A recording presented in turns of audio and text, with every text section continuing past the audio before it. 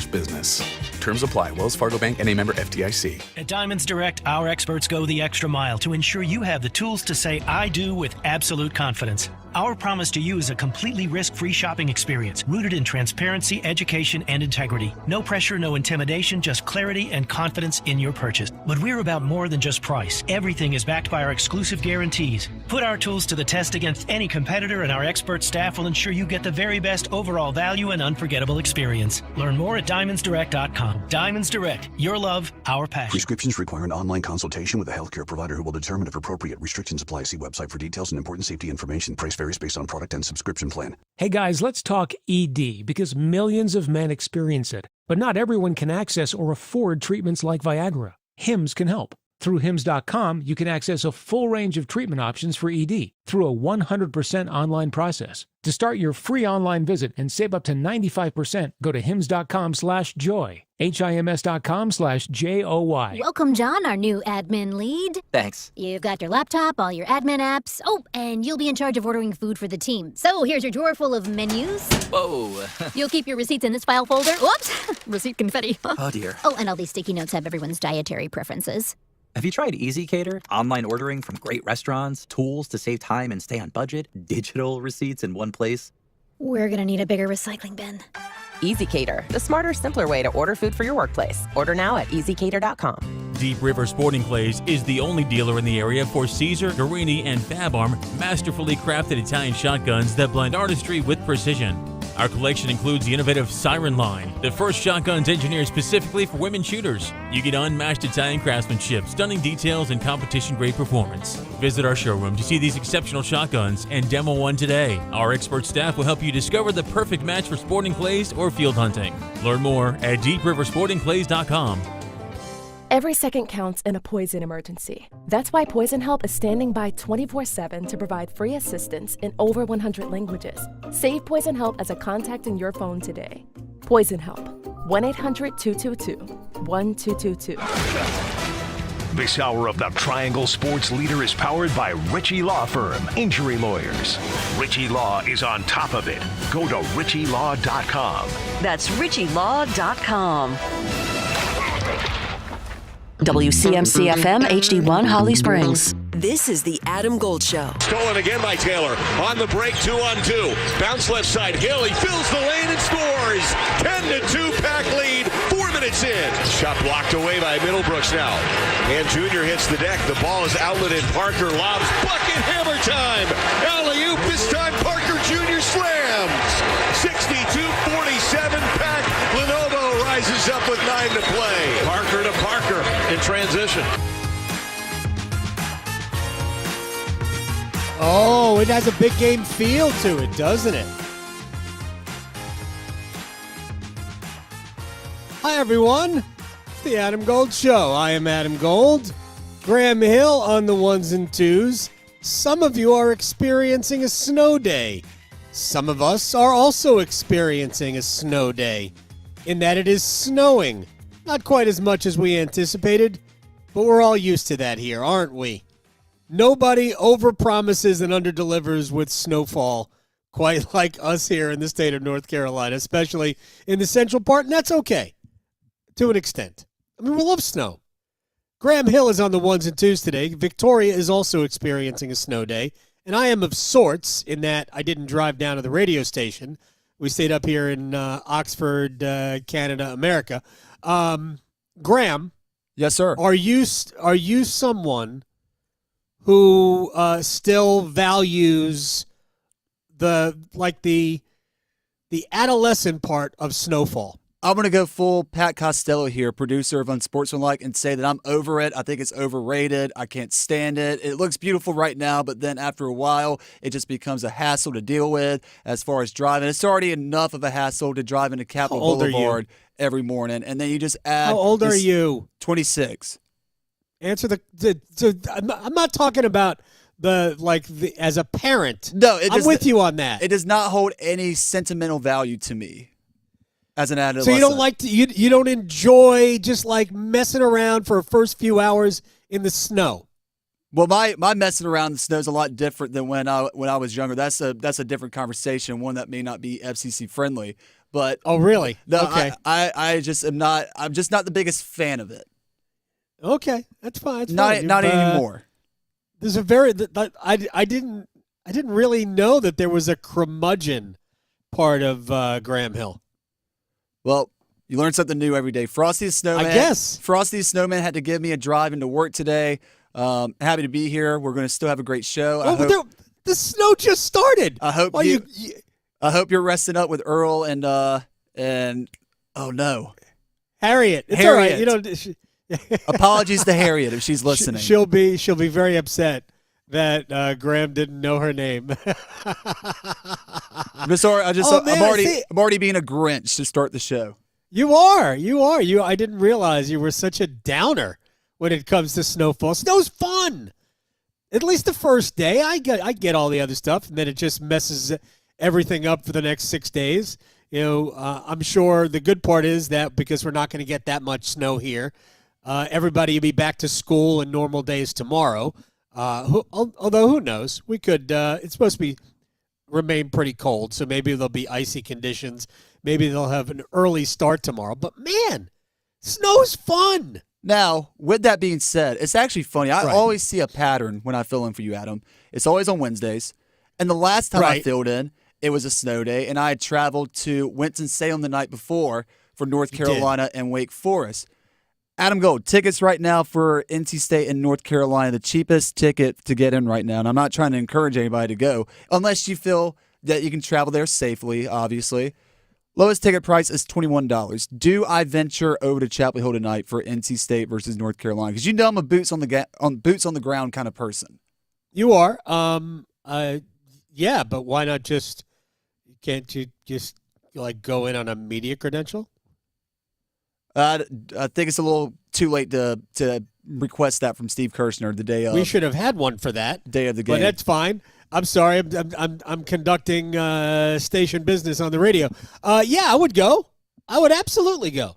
And by the way, for people who, because I've already gotten comments on Twitter or Blue Sky, like, are they going to play the game tonight? Are they going to cancel the game tonight? Folks, it's just a little bit of snow. And I'm not saying that you shouldn't be careful. You should be careful all the time. And conditions might be a little bit more difficult this evening based on what is happening right now. But my gosh, this is not the snowpocalypse that canceled a Duke Carolina game. Correct. What year was that, by the way? Because I referenced that yesterday. I don't remember. I don't remember the year. It's got to be 15 years ago. I do have some insider information. We had Tommy Ashley of Inside Carolina on Next Up this morning. If you missed any of that conversation, check it out on the Fans YouTube channel. And he informed us that NC State actually traveled to Chapel Hill last night, along with the officials that were calling the game were also in Chapel Hill last night. So NC State is already boots on the ground in Chapel Hill.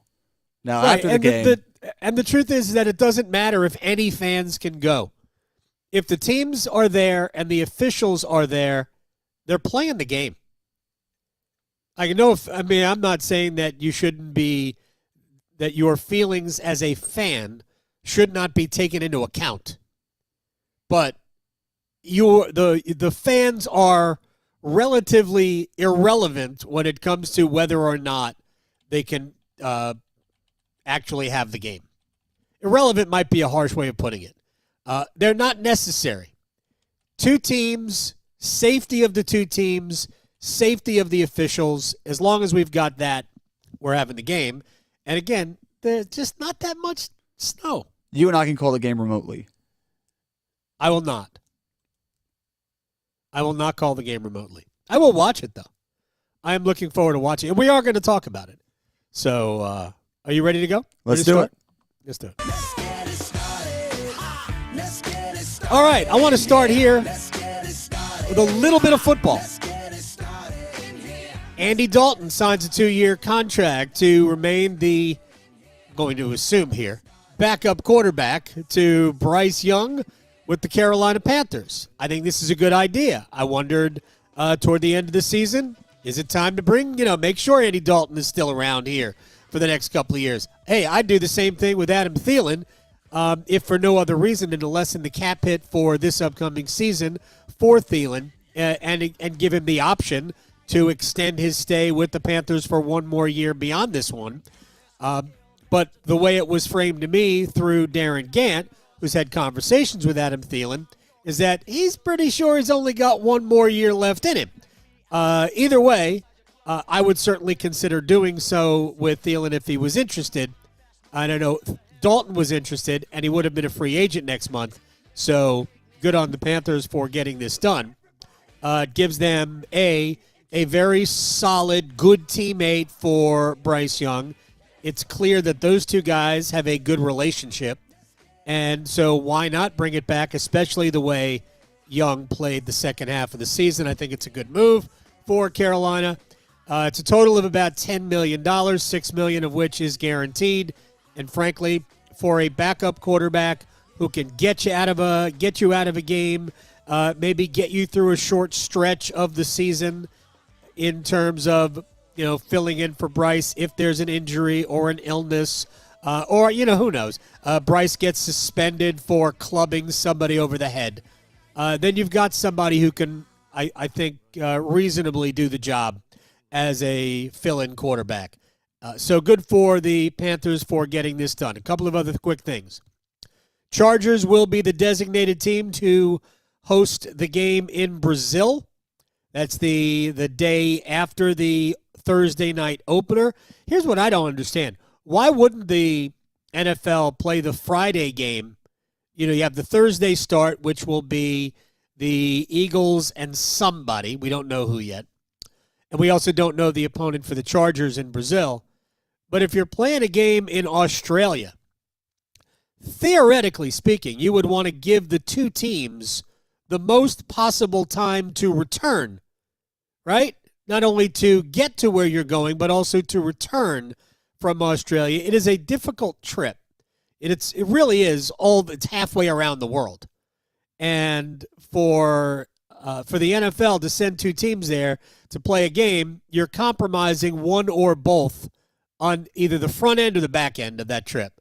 So you would think opening up the season with a game in Australia, you do that on the Friday, which means that both teams would have an extra couple of days of travel, to recover from the travel before they would play again the following Sunday. But that's, I guess, not the way they're going to do it. All right, and one more thing, quickly. So, Graham, how much of the NFL on Netflix did you experience this past year? I actually watched a majority of the broadcast just because I was interested to see how the cast of Kay McAdams, who played the lead role, along with Robert Griffin III, just how they all meshed with each other. So I watched a majority of the coverage this past year. Yeah, that was like Christmas Day, right? Or Christmas night, whatever it was. Yes. Was on Netflix. And I think there might have been another game that might have been. No, actually, there was a boxing match. Anyway, Netflix is all in on NFL. And a lot of people anticipated that they would try to get the European package and have those games at like 9 o'clock or 9:30 in the morning. Interesting. That is not what they are interested, according to ProFootballTalk.com. They are interested in one of the Sunday afternoon packages currently held by either CBS or Fox. Very interesting. CBS primarily does AFC games. Fox primarily does NFC games. Netflix is ready to bid for one of those packages. So now, for the regular NFL fan, are you ready to pay for Sunday afternoon football? It brings me to this. Good friend of mine sent me a text before, it was 2 days before the Super Bowl. And well before, it was already after the show on Friday, so we couldn't even explore this as a topic on the show. If the NFL put the Super Bowl on pay-per-view, what would your price point be before you said, nah, not watching it? Oh, my gosh. Right? Because in some ways, this is the precursor to that. Never, ever, ever underestimate the greed of big business. Ever. Fair enough. Because if the NFL, we're seeing this in college football. and we're going to talk about this with Chip Patterson to an extent later on. We're seeing it in college football with it's just how much money can we squeeze out of this system without any regard for whether or not it's good for the system, good for the fans, good for the players, good for anybody. It doesn't matter as long as we get more money out of it. The National Football League could be going in that same direction. At what point do you start pricing fans out, even who can't afford to go to games? And we are dangerously close to the NFL being in that actual, position of saying to fans, yeah, whatever, we don't care. Most of you will probably still buy it. It'll only be X amount of dollars a month. Correct. Right? Or trying to steal somebody's login. Yeah, but Netflix doesn't want that. Anyway, it's if you go to profootballtalk.com, you can read all about it there. All right, big games for us tonight, or a big game. They start tonight because tomorrow's game between Canada and the United States is massive, and we're going to talk about it a little bit today, as well as tomorrow. But NC State UNC tonight. Carolina needs to get on a roll to put themselves in position for an NCAA tournament bid. I talked to Jerry Palm about this yesterday. He is the bracket meister for CBS Sports. And I contend that if Carolina just wins their games, even if they don't beat Duke, gets a couple of wins in the ACC tournament, that they are almost certainly going to get a bid to the NCAA tournament. A lot of factors for it. They'll have enough good wins, maybe not any great wins, but some good wins, and that'll be enough to get them in because they got to fill out the field. Jerry disagreed, by the way, with me yesterday for whatever that's worth, because they do still need to come up with 68 teams. I thought it was funny when I asked him that what his thoughts were going to 76. He goes, "I would like to go to 64." He was rolling the clocks back. That's what Jerry thinks of going to 76 teams. Anyway, because they do still need to fill out the field. If Carolina can win 5 in a row, even if they lose to Duke, then win twice in the ACC tournament, I actually think they'll look a lot more like an NCAA tournament team than not. Now, Jalen Withers, who played maybe his best game of the year against Syracuse in Syracuse, does he give them enough of a boost? He certainly gives them another bigger, a taller, a body to have in the effective rotation, and Hubert Davis on the idea that maybe he plays a bigger lineup. Jay Witt out there, as I said before, defensively, it just really helps us. It's another rebounder.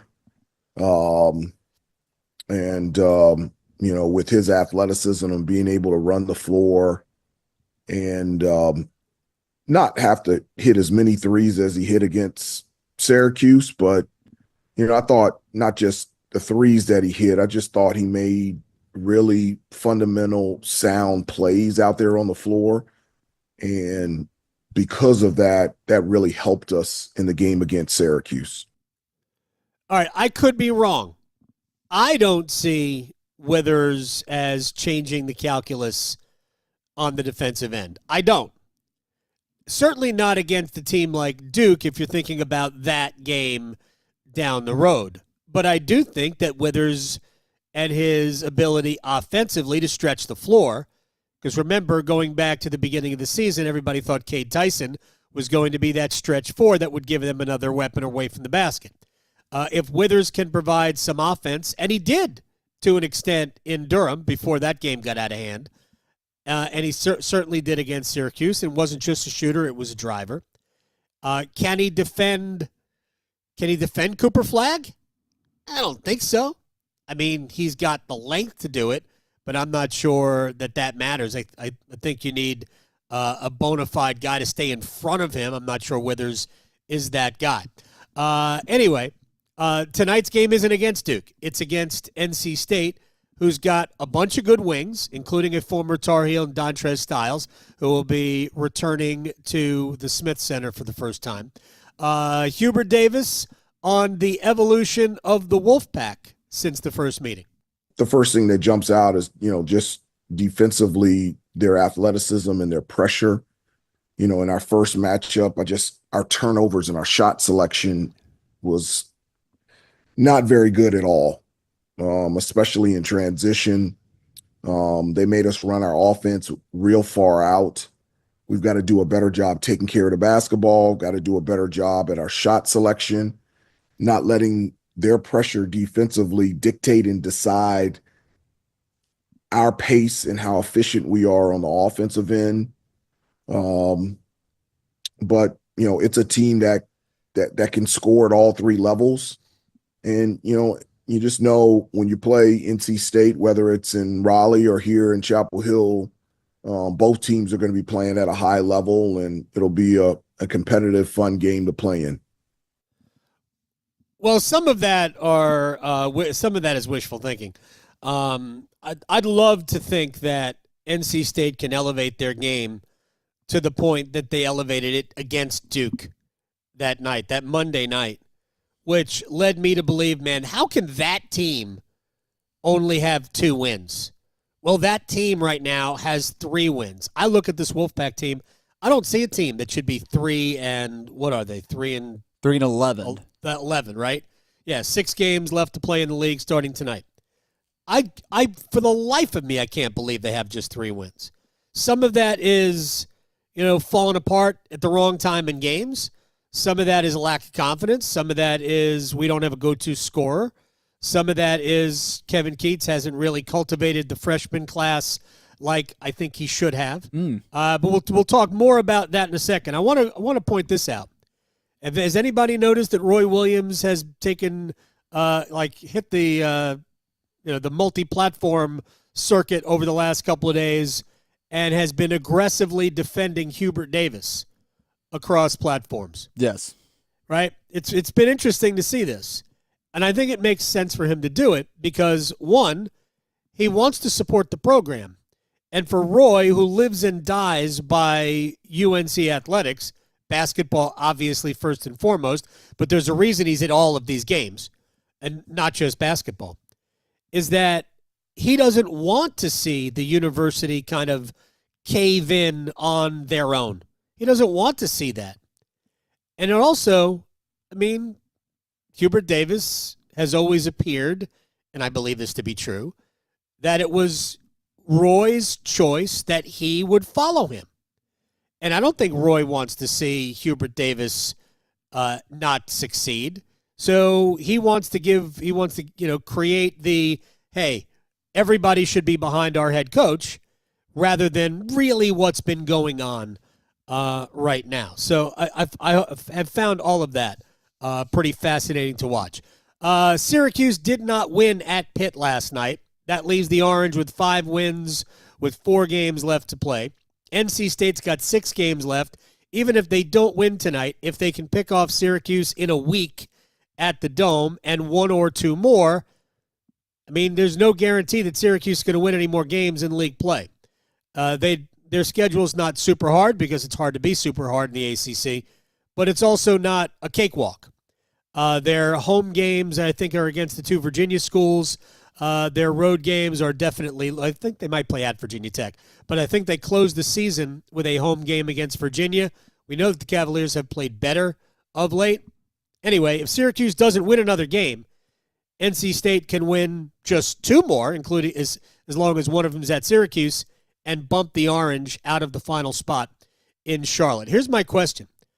I don't know what the win over Boston College does for NC State's confidence other than, hey, we can win a game.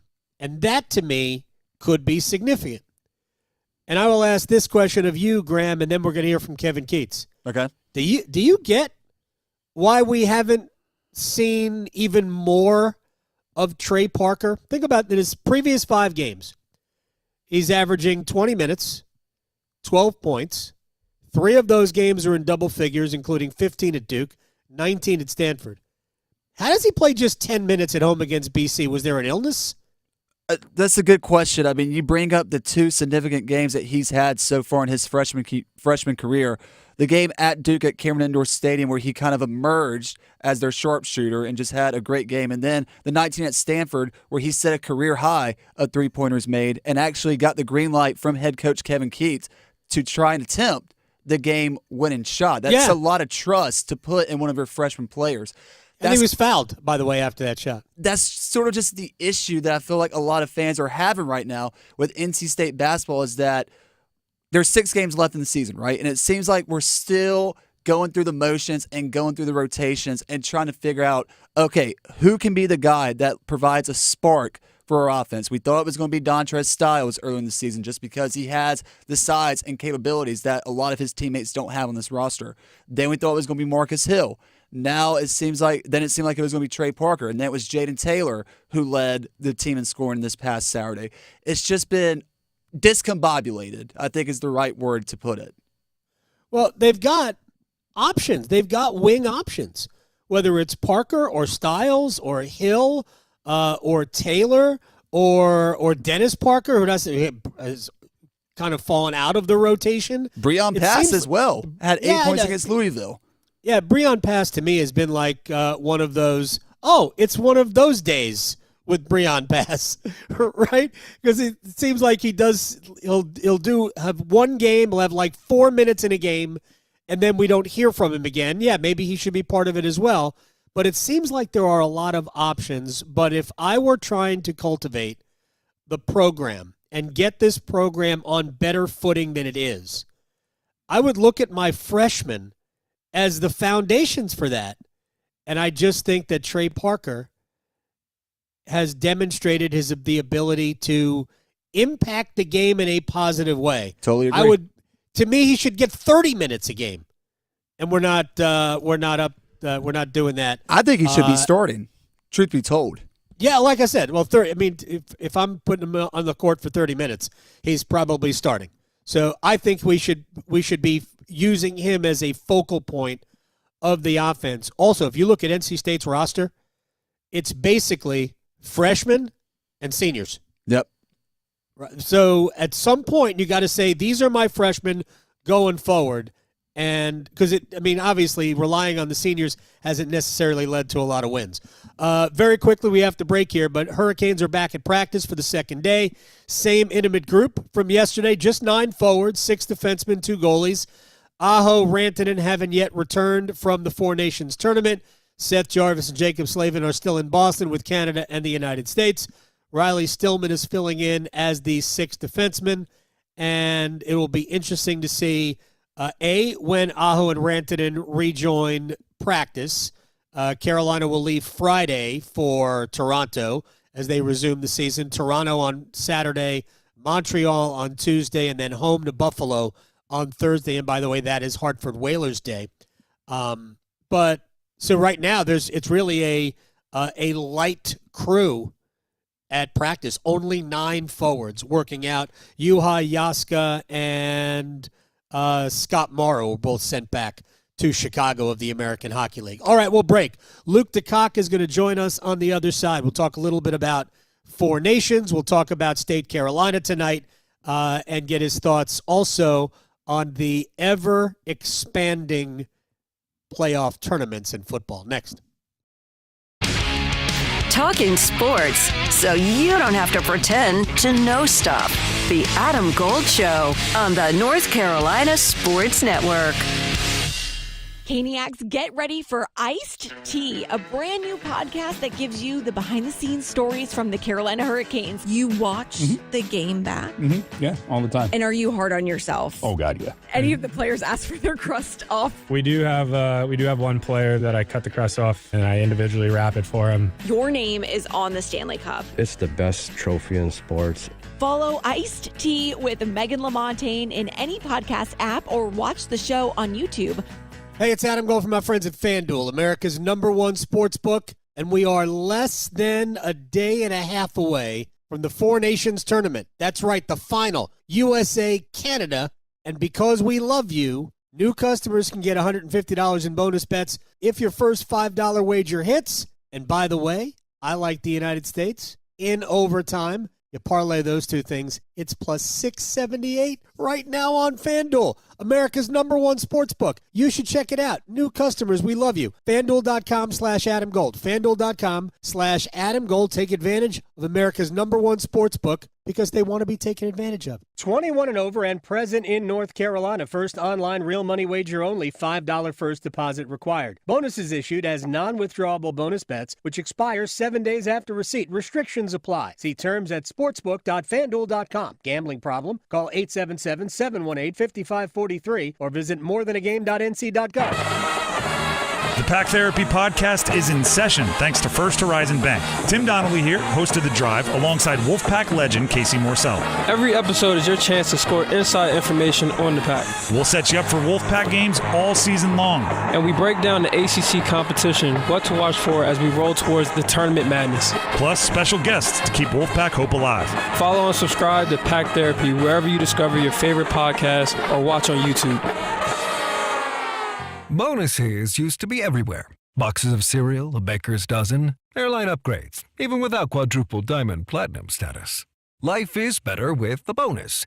That's why the North Carolina Education Lottery is adding bonus chances to multiply your win on Multiply the Cash scratch-offs. More chances than ever to win over $140 million in total prizes. Because everything is better with a bonus. Must be 18 to play. Approximate overall odds of winning range from 1 in 3.31 to 4.86. Problem gambling helpline 877-718-5543. Don't go through another year with all that high interest debt. Let Loan Pronto wipe it all out now. Hey, it's Dennis Cox. Loan Pronto's Rapid Equity Loan makes it easy to pay off all your credit cards or tackle that 2025 home improvement project. Get cash in your pocket fast. No appraisals, no paperwork, no waiting. Loan Pronto's AI-driven tech gets you approved and funded in as little as 1 day. One client got $150,000 approved in under 24 hours, paid off all their credit cards, 2 cars, and a personal loan, saving over $1,500 per month. With low fixed rates and lightning fast transfers, you can do it too. Consolidate debt, improve your home, take control of your finances. Imagine being credit card debt-free by this time next week. Don't wait. Call Loan Pronto now, 919-381-1760, or visit loanpronto.com. Get a free rate quote with no hard credit pull, 919-381-1760, loanpronto.com. Equal housing lender, NMLS 1661781, subject to lender approval, NMLSconsumeraccess.org. Accomplishing goals is hard, but when your goal is to learn a new language, Babbel makes it easy. Babbel is designed with you in mind. From expert-created lessons to conversational video units and even live classes, you can personalize your Babbel experience to be exactly what you need to really learn a new language more easily. Go ahead, set a goal for yourself. Accomplish it with Babbel. Try Babbel for free. Go to BABBEL.com. That's Babbel.com. Gold. Gold. So I was reading an article about the 10 oddest Guinness World Records, and the thing that caught my eye was most skips by a cat in 1 minute. This woman has a jump rope and is skipping with her cat. Okay, I have got a cat, and let me just tell you, the skipping alone would cost this, but swinging a jump rope anywhere near my sweet kitty Carol, she'd be gone for like 5 days. The Adam Gold Show.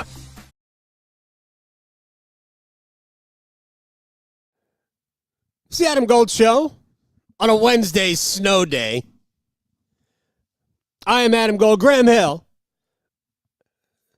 will be mixing in Grateful Dead songs, my guess is, all day long. Or at least songs that deal with rain and snow. Though no rain. All snow right now, and it's gorgeous. Not enough, though, to cancel Carolina State, I'm sure, later on today at the Smith Center. Luke DeCock of the News and Observer at Luke DeCock on Blue Sky joins us now on the Adam Gold Show. Are you already en route? Are you walking like they tried to back in 2014 when the game was canceled? Are you anticipating trouble getting to the Smith Center? I have not left yet. I'm not anticipating trouble at this point. Seems like a fairly light snow so far, and I think even if it sticks, it shouldn't cause too many problems. Knock on wood. But I don't see any reason why this wouldn't get played. State's there, and the officials, I presume, are there, and let's go. Yeah. So I will leave earlier than normal, but I'm not expecting any major issues. This seems within our capacity to handle as a community and society. Are you sure about that? Yeah, I am. Freezing rain would be different. Freezing rain would definitely be different. 100%. All right, so how do you crystallize a game like this? I mean, it's a must-win for Carolina to keep alive any hope, right? Because I still think that even without a win over Duke, there's a path for them that doesn't involve winning the ACC tournament in Charlotte. But they must win. You can't lose a game to NC State. And for the Wolfpack, can you imagine the Wolfpack not making the ACC tournament? No, I don't have to imagine it. It's happening right before our eyes. Yeah, I know. I mean, I think that, North Carolina can't afford to lose this or any other game between now and Duke. NC State's got a real uphill climb to get to the 6 or maybe even 7 wins it would take to qualify for Charlotte. But I think, all that said, I think this has the potential to be a pretty good game for a couple of reasons. One, North Carolina blew 2 double-digit leads against Syracuse, or almost blew the second. Let Syracuse get within 2 in the final minute. This is not a team that's playing with a ton of confidence right now, as we all know. Syracuse is not a very good basketball team. And it was not a great matchup for North Carolina, or they turned it into a not great matchup as well as Jalen Withers played. So, there is no guarantee that North Carolina comes out and blows anyone's doors off. But the Right. difference in talent and performance between NC State and Syracuse is not massive. And as we saw against Duke and in a couple other games this year, if NC State can get a few shots to fall, that's a team that can gain confidence quickly and play well for spurts. Obviously, they couldn't prolong it against Duke, but they certainly put a scare into the Blue Devils. And look, if there is an ACC tournament to play for, if their season's going to end in a couple weeks, this is the Super Bowl for NC State. This is it. This is the biggest game they may play the rest of the year. So whatever NC State has left in the chamber, they're going to let it loose here. And I think we may see a little bit of a scenario against Duke where they have a bit of an out-of-body experience. Everything finally goes right for them, and they give Carolina everything the Tar Heels can handle. That's kind of what I expect. I don't expect this to be a UNC walkover. I just don't know that the Tar Heels have it in them, and I think State's going to come with whatever they have left. I go back to that game Monday night game at Cameron Indoor, and I thought the Wolfpack, first of all, played better than Duke. They just don't have nearly the talent, and I thought that was a talent game. Duke didn't play very well. I thought State forced Duke to play one-on-one basketball as opposed to sharing the ball like they normally do. Duke got away with it at the end because they have better players. But to me, that was the Trey Parker that was the coming out party where you went, okay, this guy can positively impact the game. What I don't get is for a 5-game stretch, he averages 20 minutes a game, 12 points a game, and then we get the BC game, and he plays 10 minutes. So I would be using him as the foundation for going forward. And I don't get the sense that Kevin Keatts is doing that. Yeah, and there's been a couple, the couple of sort of strategic decisions this year that I don't understand. I'm not in those meetings with that coaching staff, but the reliance on Jaden Taylor as a scorer for so much of the season is just it's just not who he is. He's a really good player. He's a really useful player. He's a really good defender. He takes care of the ball. He moves the ball well. He can hit shots when he's open. But I felt like they put way too much pressure on him to sort of make his own shot in key situations.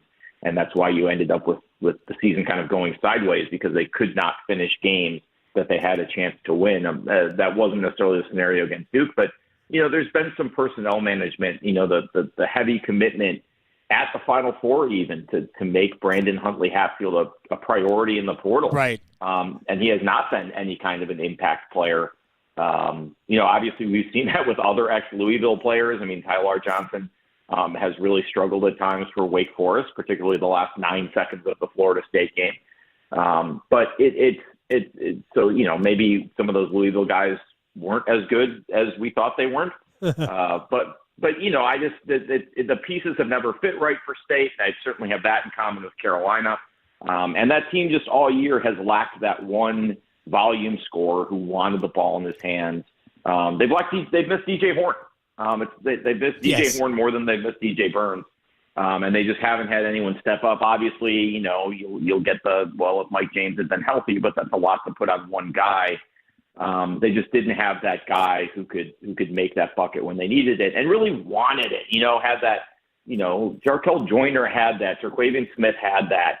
DJ Horn obviously had it. The give it to me, I'll make it. Even if you miss it, you still wanted it in that situation. It just feels like State's been sort of shifting that responsibility around all year, and it's hurt them. And then obviously once things started to turn south, they really did. But I think we saw a little of that from Trey Parker in the Duke game. And so you go, okay, well, maybe this kid, I thought maybe at some point, Paul McNeil is a big-time scorer at Richmond County. I thought maybe he would sort of, things would click. And you'd see that in the second half, which we haven't. We've seen it, he's played more at times, but we haven't seen that, the sort of graceful ease of scoring that he had in high school, which, is typical when you're used to spending the entire game with the ball in your hands. That's a period of adjustment, and some freshmen take a while, but it didn't become like a second half of the season thing, and now NC State's got very little left to play for. So, if I'm looking at next year and I'm thinking I'm going to have Trey Parker back and Paul McNeil back,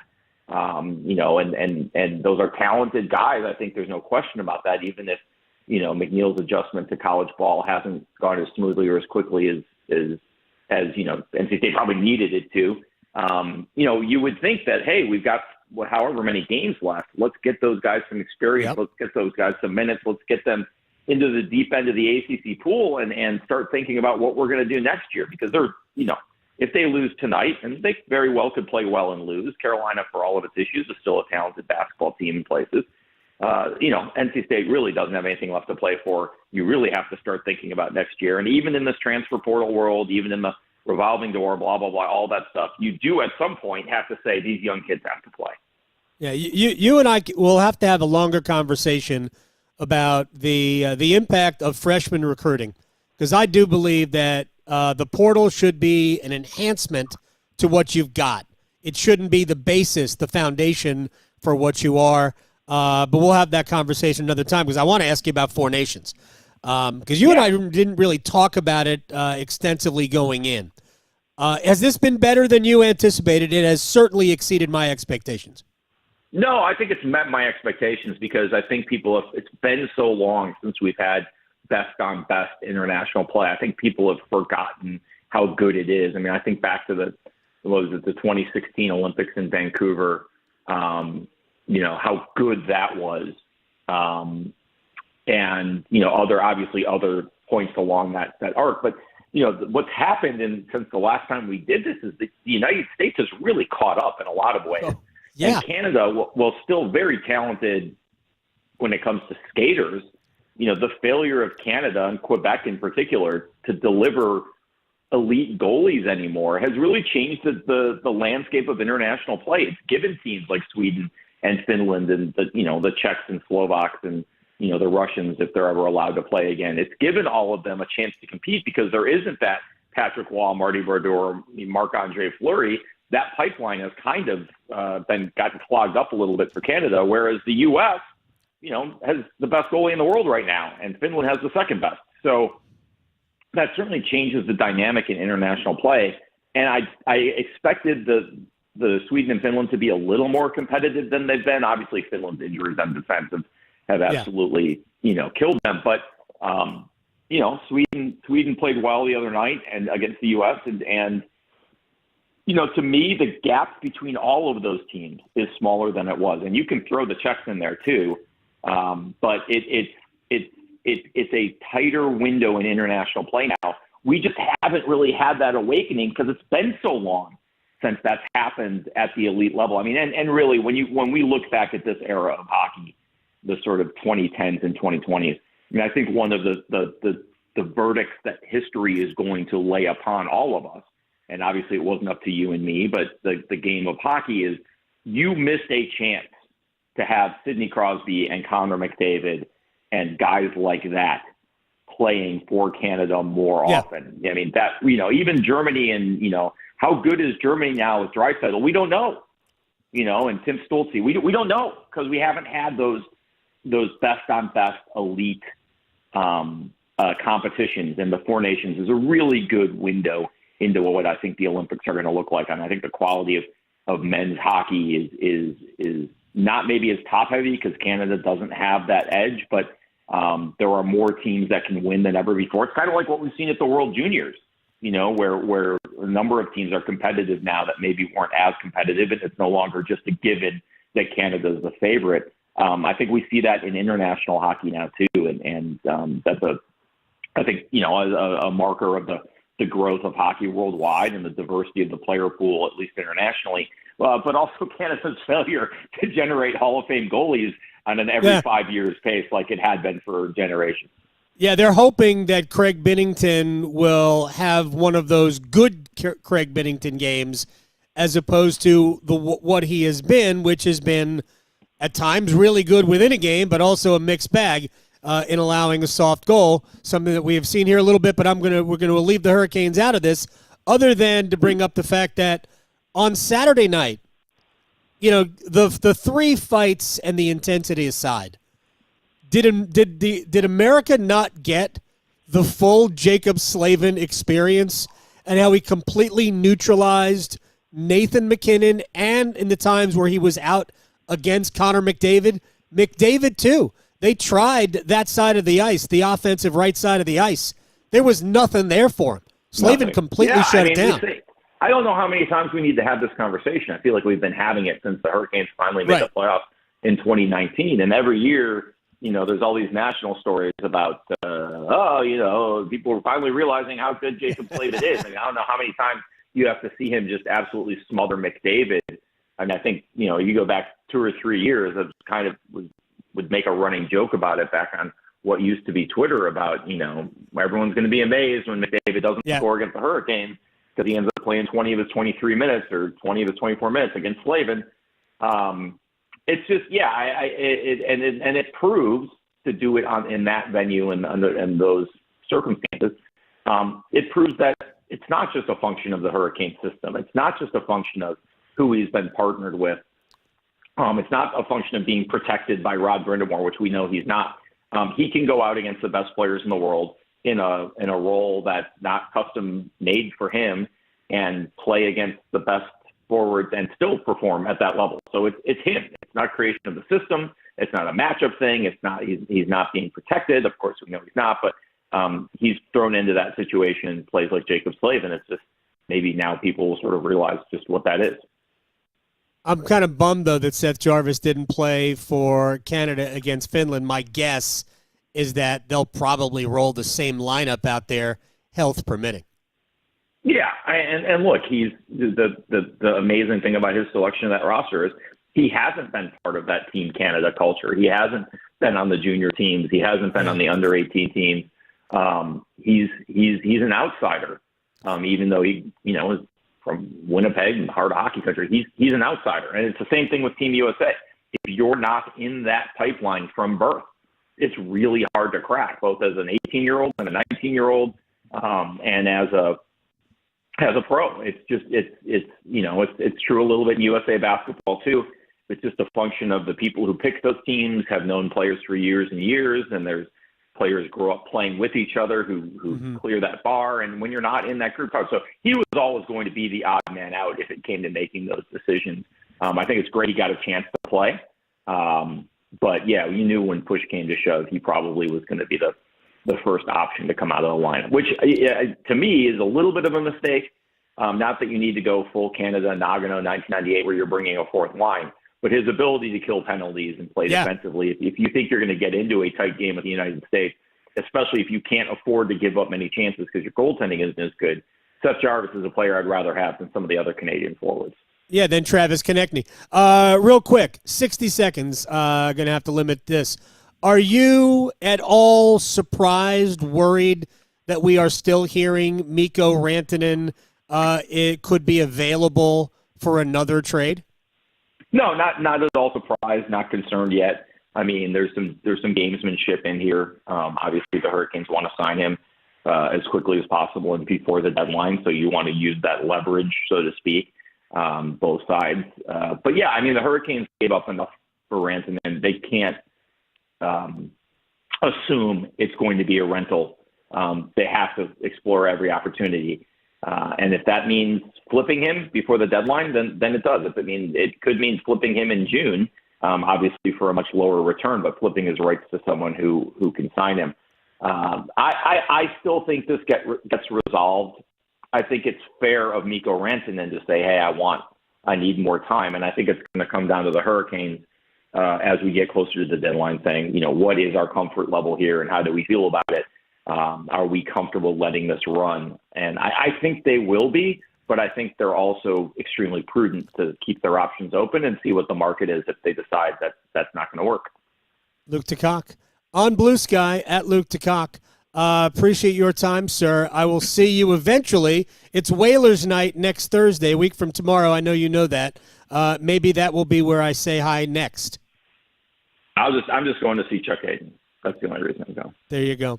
All right, you're the man. Thanks, Luke. All right, we'll come back. I have a couple of quick thoughts about what it would say if the Hurricanes flipped Mikko Rantanen, and we have one-timers next. Chapel Hill to Charlotte, Greenville to Greensboro. Your sports, his state. The Adam Gold Show on the North Carolina Sports Network. As fall championships begin, the Governor's Highway Safety Program would like to remind you to buckle your seatbelt when traveling home from today's events. Whether you're driving out of town or across town this holiday season, wearing a seatbelt is your best defense against injury or death in a crash. During the busiest time of travel, prioritize your safety and buckle up. Every seat, every time. And remember, click it or ticket. It's the law. This message brought to you by the North Carolina High School Athletic Association and the Governor's Highway Safety Program.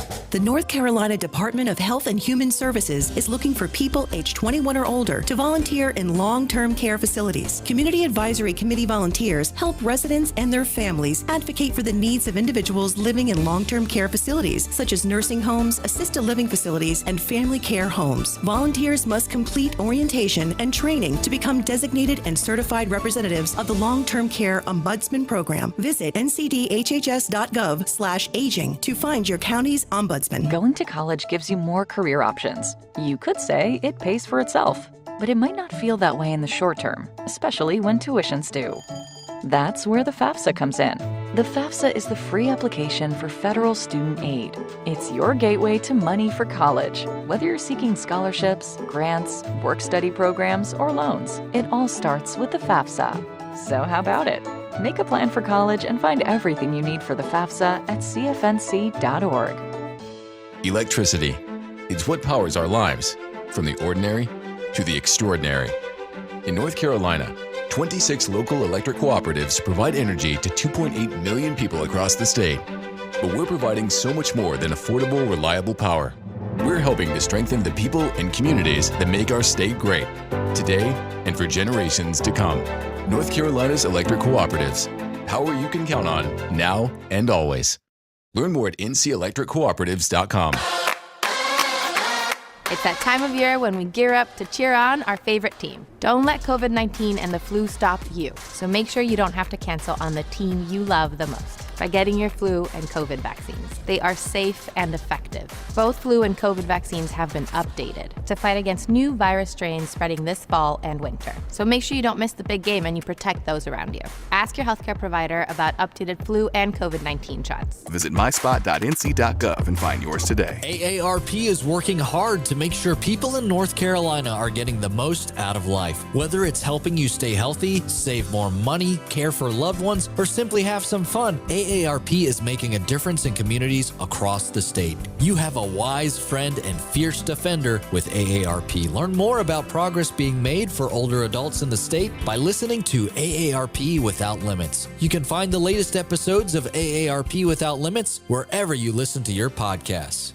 Did you know that since you have public power, your electricity is operated and controlled by people in your community, not by a for-profit, investor-owned company? These local folks are directly accountable to you. They don't answer to shareholders. They make decisions for the good of your community. What's more, your public power provider invests in your community, providing jobs and supporting your local economy. Local people working together to meet local needs. That's public power. Learn more at electricities.com. Have you ever noticed how little things can make a big difference? Here's an idea.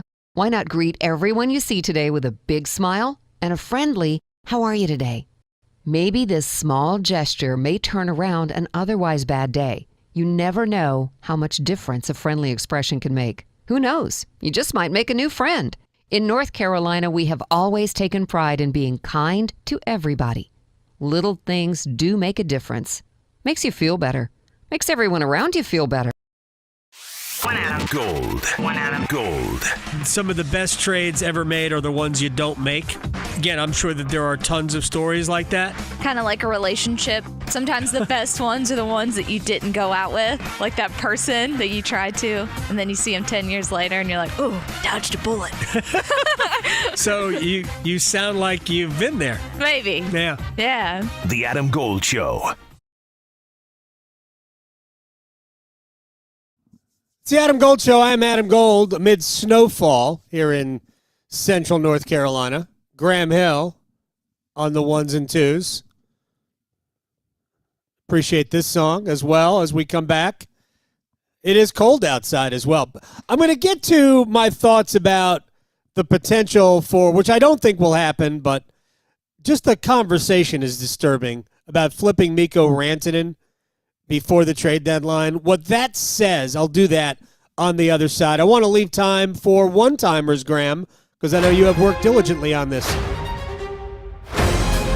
Hard-hitting questions, hard-hitting responses from Adam Gold. So, Adam, when it comes to tonight's game between NC State and North Carolina, I have termed the phrase Dagger game as it relates to this matchup just because it feels like these two teams have no longer control their own destiny when it comes to the rest of their season. They've left it up to chance as far as, even if they win, they got to have other stuff fall in their favor, whether it's the ACC with State or just the NCAA and the tournament bracketology for North Carolina. So with that being said, whoever loses this game tonight between the Wolfpack and the Tar Heels, is their season essentially over in terms of postseason aspirations? Okay, it's an easier question to answer because I think the answer for NC State is no. The answer for UNC is yes, even though it wouldn't be mathematical, it would be an indication. Because if you're UNC, if you win the non-Duke games and then win twice at the ACC tournament, I still think you have a chance to be in the NCAA tournament as an at-large team. But if you lose to Duke, if you lose this game to State, then it's an indication that you're going to win enough of the games anyway. So you're not going. So it's a dagger, I think, if UNC were to lose. NC State, if Syracuse doesn't win another game, State's can muster 2 wins at Syracuse and maybe at Miami or one of their home games and make their way into the ACC tournament because they're only 2 games behind Syracuse. In just the 30 seconds that we have left, I'll just leave this one open-ended. Duke basketball is a national championship contending team because of their versatility on both ends of the court. They're versatile on defense, and they can be varied offensively, and they've got arguably the best player in college in Cooper Flagg. But they have a lot of guys who can beat you. Making more sports sense than social media trolls. The Adam Gold Show on the North Carolina Sports Network. Hey, it's Adam Gold from my friend Gordon Miller, Miller Lending, Kildare Farm Road in Cary. And in these troubled times, and when I say troubled times, I mean the times we expected a lot of snow and didn't get it, sort of like today. It's nice to know that somebody is out there saving you thousands of dollars when you either buy a home or refinance. And you can refinance for many reasons. Maybe you just want to consolidate some debt. Maybe you want to lower your monthly payment because the rates have come down. And oh, by the way, over the next months, even couple of years, the rates will drop because they will have to, and you can refinance free of charge with Miller Lending. Don't pay closing costs. That's a free mortgage. We love free things. There's nothing better than free something. And now we're giving you an opportunity to keep more of your own money and lower your monthly payment when the rates come down for free. Miller Lending, home of the original no closing cost mortgage. They're in Cary and have been there since 1996. I have known Gordon since 1999. I'm an 11-time customer. 11. Miller Lending an equal housing lender, NMLS ID 2502146. Listen every afternoon for The Drive with Tim Donnelly. If Super Bowl 59 shows us anything, it shows that defense wins championships. That tried and true saying, defense wins championships. And if you're the Carolina Panthers, this is something you have to devote this offseason to fixing. Draft picks, free agency. You have to strengthen up that side of the football. You have to be great on defense in order to win. The Drive with Tim Donnelly, 3 to 6 on 99.9 The Fan. Welcome to Take 5 Oil Change. Thanks. Got my seat cushion, crossword puzzle, and can't forget the hand sanitizer. Okay, show me the waiting room. No need for all that. You can stay in your car. I'll stay in my car? Get out. Yep, you stay in. It'll just be 10 minutes. 10 minutes? Get out. Go ahead, sit back and relax. Well, I guess I'll save all this for the DMV. If only they took 10 minutes, am I right? I'm sorry. Take 5. The stay in your car 10-minute oil change. Tim Donnelly here for Zero Res. February is the month for love. Lucky for you, Zero Res is going to spread the love to your rug. It's the Love Your Rug Special. Have you ever Googled the company Zero Res? They have a 4.9 rating, and they want to come in and take all the nasty dirt, dander, bacteria, and germs that keep recirculating again and again and again throughout your house from your carpets and floors and get rid of them. They want you to love your floors the way you should this February. So visit them online at zeroresraleigh.com or call 919-995-0000 and get the Love Your Rug Special. That's 3 rooms of carpets cleaned starting at $109 and $100 off air duct cleaning on top of it. It's happening this month from Zero Res. ZeroResRaleigh.com or 919-995-0000. Parenting is hard. Technology can make it harder. The Family Media Plan developed by the American Academy of Pediatrics helps make it easier. Go to healthychildren.org/media plan today to create the media plan that's right for your family. I'm Kareem Abdul-Jabbar. I learned about atrial fibrillation the hard way. My symptoms would come and go. Shortness of breath, fatigue. I kept going. Then I got so lightheaded, I couldn't. My doctor said I have AFib, so I'm about 5 times more likely to have a stroke. Other symptoms, irregular heartbeat, heart racing, chest pain can come and go, but the risk of stroke stays.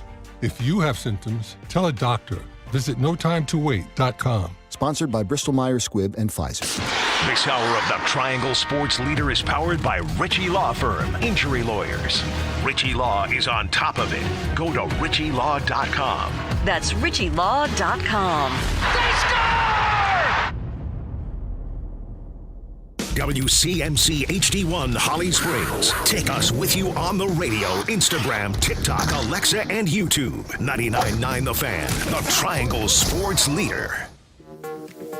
This is the Adam Gold Show. Starling able to finally get free, but come up well shy on the shot. Tar Heels trying to run the other way. Ian Jackson cut off. He'll have to reset it. Out to Powell. He's aggressive. Gets it to Withers. Fouled and gets the layup to go. Carlos drives to the right elbow. Misses the little runner and rebound R.J. Davis. There's one of those defensive stops that the Heels needed. In transition, Withers, give him 2 more, and he'll head to the line as well. Davis has it to Ian Jackson on the left wing. Shot clock down to 8. Gets in the middle of the zone to Cadeau. Bounce pass right sideline, R.J. Davis. 4-3. Knock him down on one side. He'll knock it down on the other. It's the Adam Gold Show on a snowy Wednesday here in the central part of North Carolina, but I know you're listening everywhere. You're listening out at the coast. You're listening up in the mountains, and you're making fun of us for making a big deal out of what right now looks to be measurably 1/3 of an inch of snow. I am Adam Gold, Graham Hill on the ones and twos. Even though no video is available today, we are on YouTube.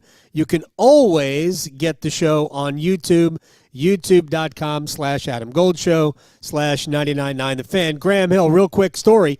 Yesterday during the show, as it turns out, my 16-year-old was watching while in class.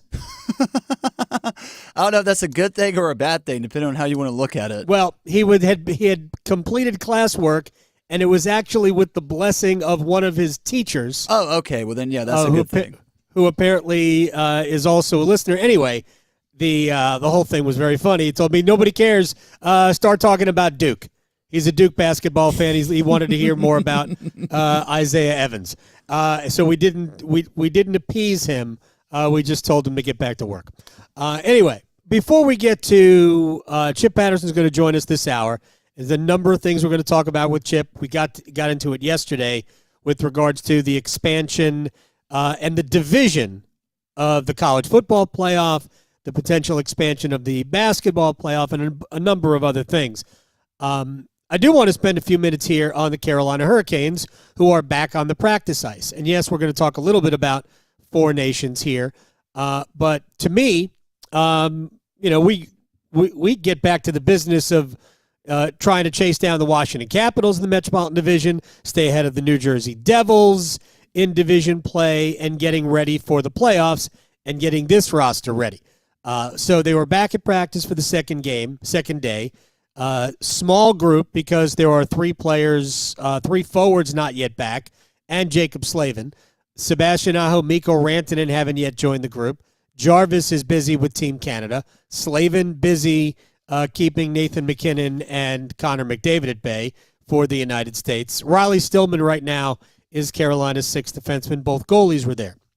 Real quick before we get to this particular team, because it continues to be a topic of conversation regarding Mikko Rantanen, and could the Hurricanes look to move him before the trade deadline? Now, let me tell you two reasons why it would be an incredibly bad development for them if they did it. And this is largely about perception, but also reality. So I remember when they made the trade, and Eric Tulsky did all of that media, and everybody was very excited. The way it was phrased, the way it was explained to us, was that this was a move that they felt was a long-term move. It wasn't a move about this year. They could have done other things that were about this year, and frankly, if the Hurricanes were looking at a move for this year, the move would have been JT Miller, not Mikko Rantanen. Their more pressing need to get this team across the line was never Mikko Rantanen. It was, man, we got to get better down the middle. We have to get better, more hard to play against in the middle of the ice. All due respect to Jesperi Kotkaniemi. He's not a 2C. He's got 2C like measurables, but he's not a second center. Not on a championship caliber team. JT Miller is. JT Miller, by the way, right now is playing third center for the Rangers. So to me, if this was about this year, it would have been JT Miller would have been the target. Less, you have cost certainty. B, the contract is only another 5 years. All of that, and I know he's going to be 32. I think at the start of next season, right? Regardless of all of those things. But Rantanen was a move to take them into the future for the next this year plus 8 more. And Eric Tulsky said that, we're doing it now so we can incorporate him into our culture. And when the season is over, whenever that is, as long as he has enjoyed his time here and wants to be here, then the money is no problem because they've got tons of cap room and they understand that they're going to have to pay for a player of that ilk. Did they really do this to say, well, it's going to work in 9 games or it's not? Because Rantanen has played 5 games for the Hurricanes. He hasn't really produced offensively. Some of that is him and the inability to finish. Some of that is, I don't think Sebastian Aho has been at his best for those games. And Carolina's offense has been kind of on walkabout for the most part, except for occasional games, for the last 2 months. And there's a lot of pressure. Everybody's applying a lot of pressure. So did they do this for a 10-game trial? That's silly. That would be, completely, fundamentally idiotic to do that. Not to mention you've got this 2-week break from the NHL in the middle of it. Like if you were playing consistently from the end of January up to the first week in March and said, all right, we're going to give it 5 weeks, see if it works. If it doesn't work, we'll move on. That would make, as crazy as that would be, that would make more sense. But now? Nah. So if you made this move and the plan was to give it a trial, basically float a trial balloon for 10 games, and then you go, well, it's not going to work. We're not going to be able to do it. We don't think it fits, but then we're going to move on. I just think that's crazy. The other part might be more troubling because the other part is feeding into the stereotype or a perception that the Hurricanes and players like this do not work. That the Hurricanes need a certain type of player who isn't necessarily one of those uber high talent players to work. Like that there's something in whether it's the way Carolina plays or how Carolina distributes ice that it can't work. Both of those things I think are bad for the perception of the Hurricanes. That's my feeling on that. And that's I just think it would say a lot of bad things. Hopefully, Rantanen gets signed. But again, never for a second did I think that this was about signing him by March 7th. But I've been wrong before, especially lately when it comes to personnel moves on this team, because they had a type, they had a way, and they have not lived up to that. I have to change my own expectations with what I believe for this team, with what I believe their plan is. I do appreciate taking the swing for Rantanen, but now it's about can you make it work? And I also think that I do want to say one thing about Rantanen here. I think the underestimating of how much this was a shock, not a culture shock, just a shock to him. I think that maybe everybody was surprised by the level of disappointment that Rantanen had to have felt getting moved from Colorado. I don't think Natchez had been through it. Natchez had been through the trade speculation for a year and a half. He was used to it. Jack Drury had probably shocked Jack. I don't think it's shocked. I don't think it surprised Marty. But when Luke said a couple of minutes ago, Luke DeCock, the Hurricanes, you probably don't want to, go and get nothing for Rantanen. I mean, I don't know what you flip him for, but I think the whole thing would be absolutely silly, and it would be a bad sign going forward. My opinion. All right, let's take a quick break. We didn't talk at all about Four Nations. We will in time. Chip Patterson, CBSSports.com, on the expanding college football playoff, what that says, the division in it, as well as maybe a 76-team basketball tournament, and some transfer portal stuff with Chip next. Questioning goalie interference calls since day one. The Adam Gold Show on the North Carolina Sports Network.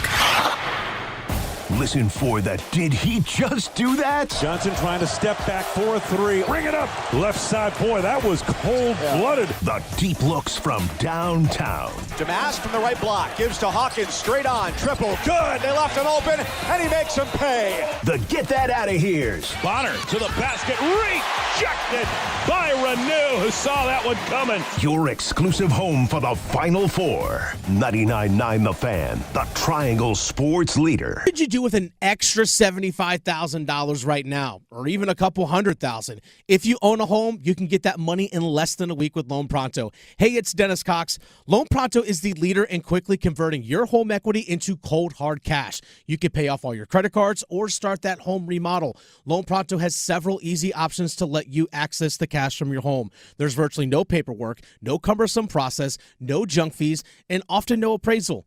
Listen, the average homeowner now has over $300,000 in equity. That's your money. Use it. One client got $150,000 out and paid off all their credit cards, 2 car loans, and a personal loan, cutting their monthly expenses by $1,500. You can get approved in as little as 1 day. So act now with no hard credit pull up front. LoanPronto.com, 919-381-1760. Get the money you need for anything. 919-381-1760, LoanPronto.com. Equal housing lender, NMLS 1661781, subject to lender approval, NMLSconsumeraccess.org. It's bow time. A leg and thigh dinner from Bojangles for just $5.99? Leg and thigh dinner from Bojangles for just $5.99? So crispy. So crispy. And juicy. And juicy. So much flavor. So much. Stop it. What are you doing? What, you expect me to get this delicious deal and not say anything? You're unbelievable. You're unbelievable. With a boldly seasoned leg and thigh, choice of fixin', a biscuit, and legendary iced tea, it's a deal so good it's worth repeating. So eat and repeat while it lasts. It's bow time. It's bow time. Dine in, drive through, or tap your favorite delivery app and have Bojangles come to you. Satisfy your craving for flavor right now with Bojangles 2-piece dinner. 2 pieces of Bojangles dark meat chicken, your choice of fixin', a biscuit, and iced tea for just $5.99. That's right, just $5.99 for limited time at participating Bojangles. What are you waiting for? When you're hungry, it's always bow time. Hey guys, let's talk ED, because millions of men experience it, but not everyone can access or afford treatments like Viagra.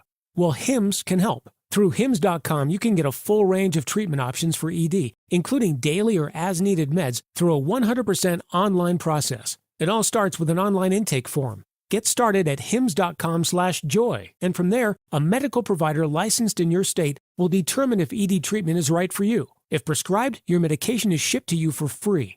Find the ED treatment that fits your needs with options up to 95% less than the brand names. Millions of men experience ED, but Hims can help. To start your free online visit and save up to 95%, go to hims.com/joy. That's hims.com/joy for your free online visit. HIMS.com/JOY. Prescriptions require an online consultation with a healthcare provider who will determine if appropriate. Restrictions apply. See website for details and important safety information. Price varies based on product and subscription plan. It's back, folks, and it's better than ever. Who wants to win a custom Caniacs motorcycle? Dennis Cox here for Law Tigers. The Carolina Hurricanes, Law Tigers, Tobacco Road Harley-Davidson, and Shiny Side Paint are teaming up again to give one lucky fan a custom Caniacs motorcycle. Go to caniacsbike.com to enter. Sign-ups last until April 6th, and the bike will be given away on the final home game of the season. caniacsbike.com. Law Tigers is a network of independent law firms who are members of the American Association of Motorcycle Injury Lawyers. Law Tigers is not a law firm. Gold. Gold.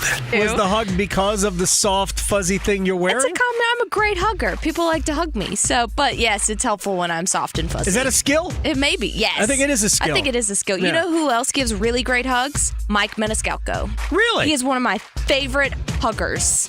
Yes. Every time I see him, he gives the best hugs. I'm going to try that at the next home game. Do it. The Adam Gold Show.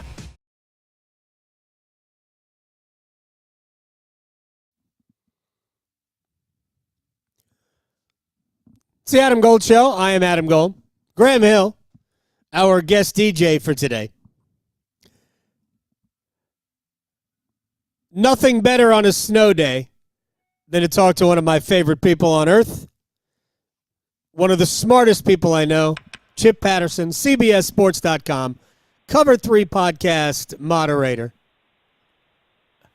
There's not enough snow for you. Last time we did this on a snow day, you had already had some snow time. Not enough snow for you to do anything, is it? Is there, Chip? No, we're not sticking to the roads just yet. It's making for a nice scene.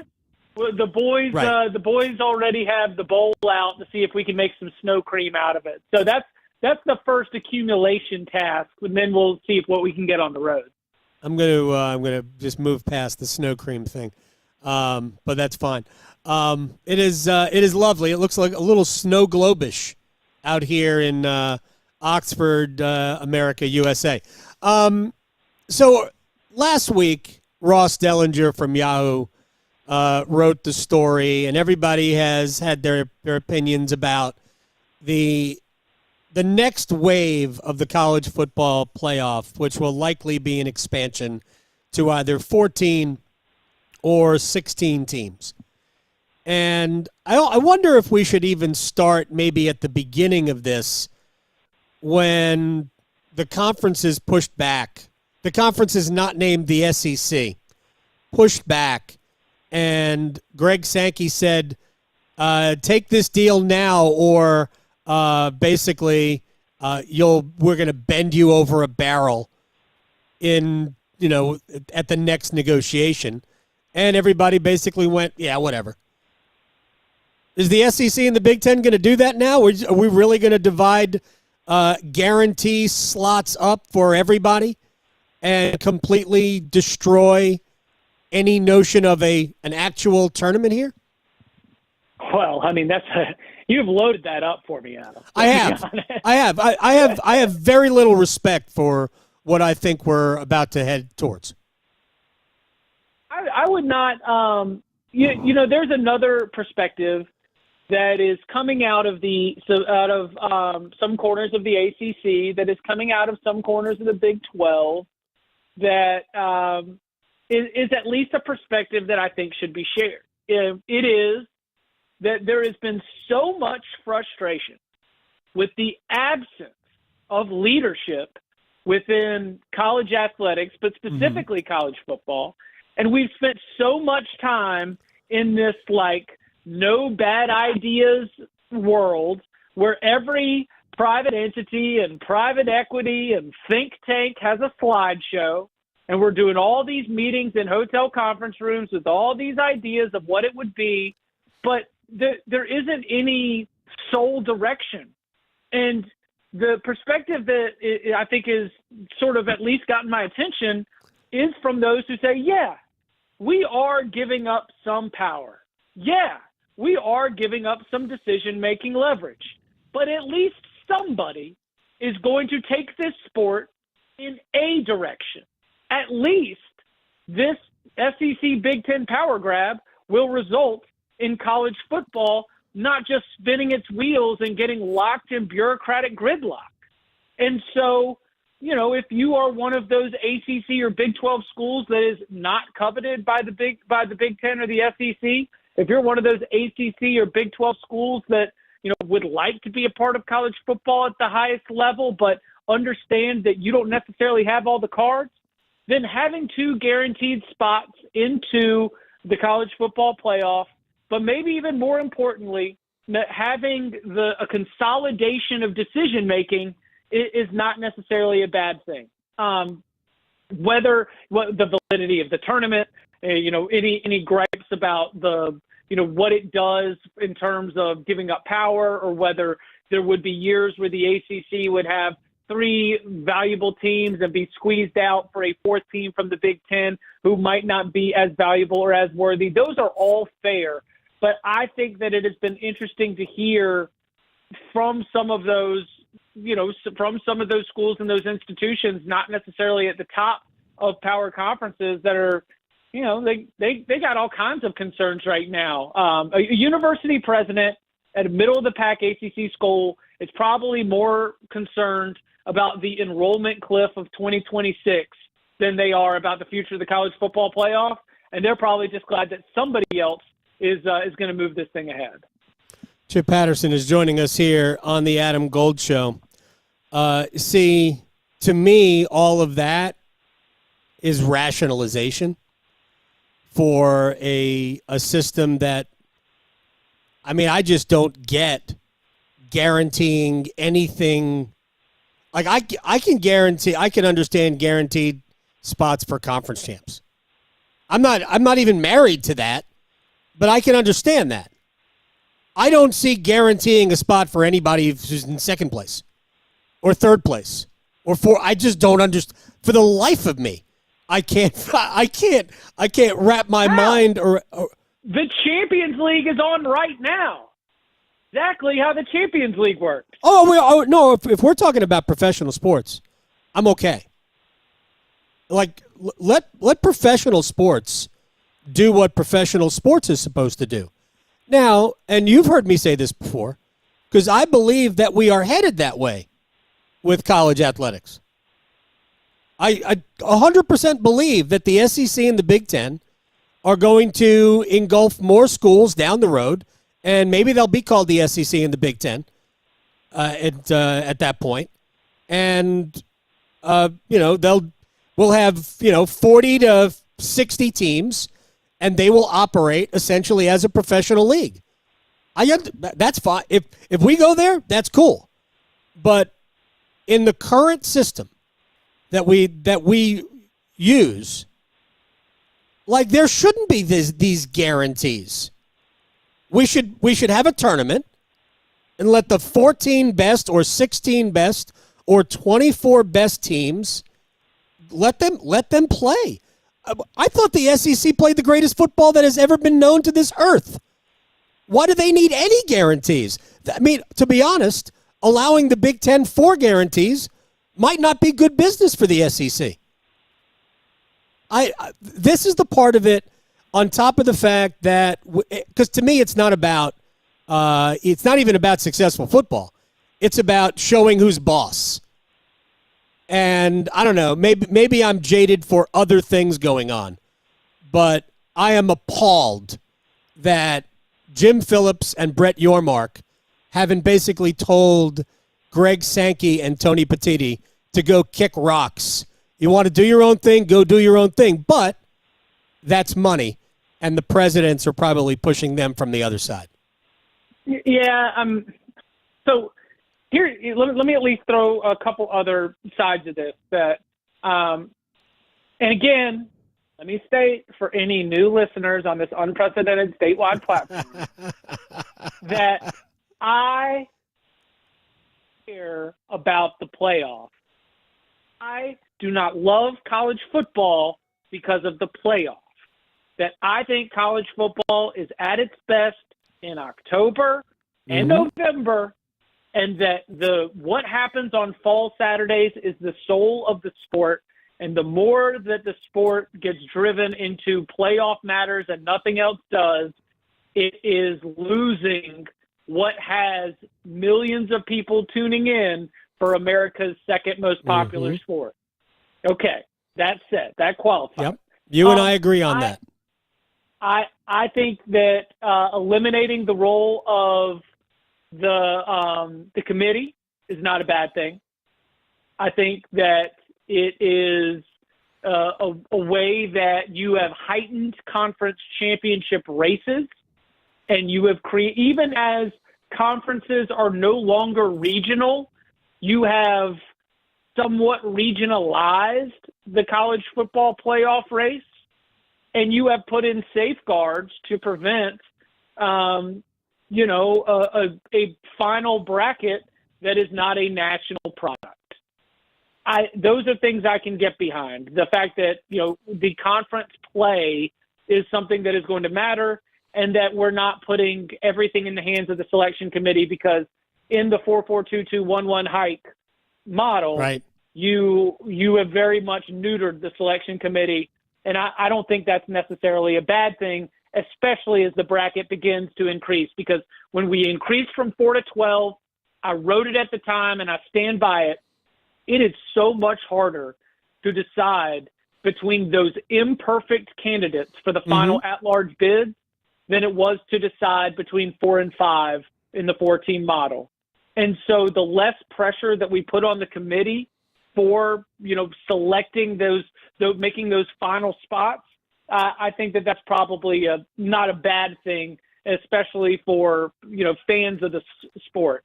It was so confusing for college football casuals to watch on Tuesday nights, see a 1 through 25 revealed, then see a bracket put on the screen that did not match at all the 1 through 25, and have the seeds not match the ranks, and all these other things. Like, I think that it is creating all right, who are going to be the top 4 teams in the Big Ten? Who are going to be the top 4 teams in the SEC? Who are going to be the teams in the ACC that make those, that get those spots? Those competitions, I think, are a little bit closer towards the regionalized nature of college football with a focus on the regular season. Well, regionalization of the game would really be a throwback, right? It used to be. Well, that's why it's not truly right. regional. The conferences aren't regional, so it's not Well, regionalized no, not anymore. in terms of the map, but it is regionalized at least in terms of the conversation where the competition is among you and your conference peers. Chip Patterson is joining us here on the Adam Gold Show. You mentioned at the top of that really the thing that that bothers me the most about this entire thing, and that's the people who are in charge, and I really should say the person who is in charge, and that's Greg Sankey of the SEC. And to an extent, Tony Petitti of the Big Ten, because ultimately they've got the biggest purse strings, that we have really completely lost the plot when it comes to college football.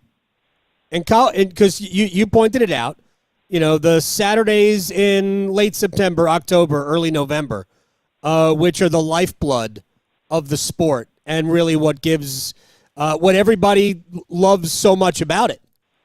I mean, that they're killing it because none of it has anything to do with what happens. I mean, indirectly it does, but the only thing that people focus on is money and the money that a playoff can give them.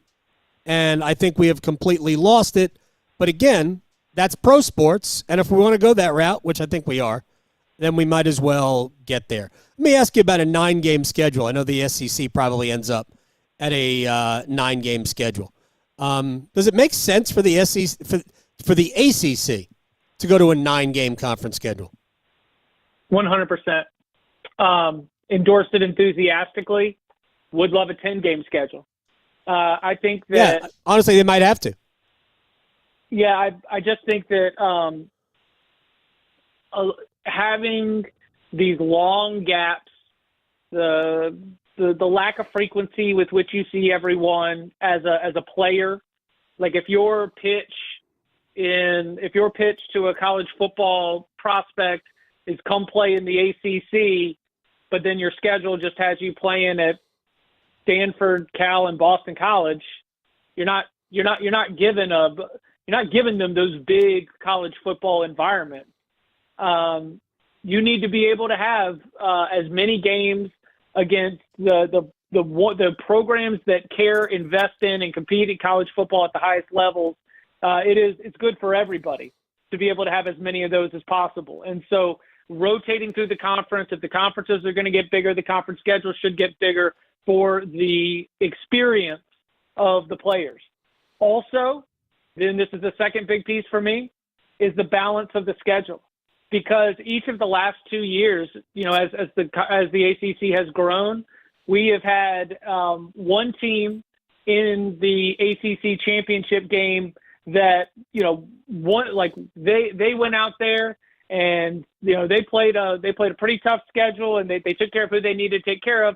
And then we've also had a team that had an advantageous strength of schedule. That when we sat there in July, we were like, okay, I don't think that Louisville in 2023, SMU in 2024, I don't think they're the best team on paper, but I'll tell you what, the schedule that they have, they could get there to Charlotte. And each of those times they did, and a credit to Jeff Brom and a credit to Rhett Lashley and what they did, and especially for the Mustangs going 8-0 against that schedule. But it shouldn't be, especially if we're going to have 2 automatic bids to the college football playoff, you shouldn't get a fast pass just based on the fact that this is your year to avoid all the teams that are good. So for me, the expansion of the conference schedule is so important because it also creates more balance to the schedules. I mean, the logjam that we had in the SEC this past year with all those different scenarios and all those different teams that could make it to Atlanta, that would have been helped if they'd had 9 games instead of 8. It's just, it to me makes so much sense from the experience of the players, but then also for a little bit more balance when we're looking at the conference standings. Yeah, and you and I have talked about this before, and I want to move on. I would actually make the schedule without thoughts about fairness at all. I would make the best television schedule I could make. If I were Jim Phillips, I would say, all right, get my best football people together, which means I would call you, Chip Patterson, and say, all right, who are our best teams? Let's make sure they play each other as much as possible over the course of the season. And I'm sorry if the schedules aren't balanced. We'll deal with the fallout from that. But I'm going to get as many good games on television as I can. And that's what I would do. I would schedule for inventory purposes more than I would for fairness. I wouldn't care about fairness. I've always said this about college sports. The good teams, they're going to win their share of games regardless. They'll figure it out. The really good teams will figure it out. And if you're not that good, you probably won't have a good record. I think SMU was good. And I think they, like Indiana, was good, even though they didn't play anybody, right? You know, right. They had one good game during the regular season, or maybe two. Lost to Ohio State, and who was it that they beat? Michigan, right? So they played two good teams, went 1-1, beat the crap out of everybody else. I mean, incredibly well. And nobody's saying they weren't a good team. A good team. So they got ultimately where they deserve, but I would just as soon have the best teams play each other more often. You wrote this week, Chip Patterson, about the portal. Now, you had told us a few weeks ago that you had seen less talent in the transfer portal this time around than you had in the past. So walk me through the winners, if there are any real winners out of the transfer portal, if you could. Well, I think that the winner is college football, because what I did is I sat down and I looked at all of the transfer portal activity from the last 3 seasons, and I saw that, you know, the number of players that were in every single portal class went up from 2022 to 2023, and then even from 2023 to 2024.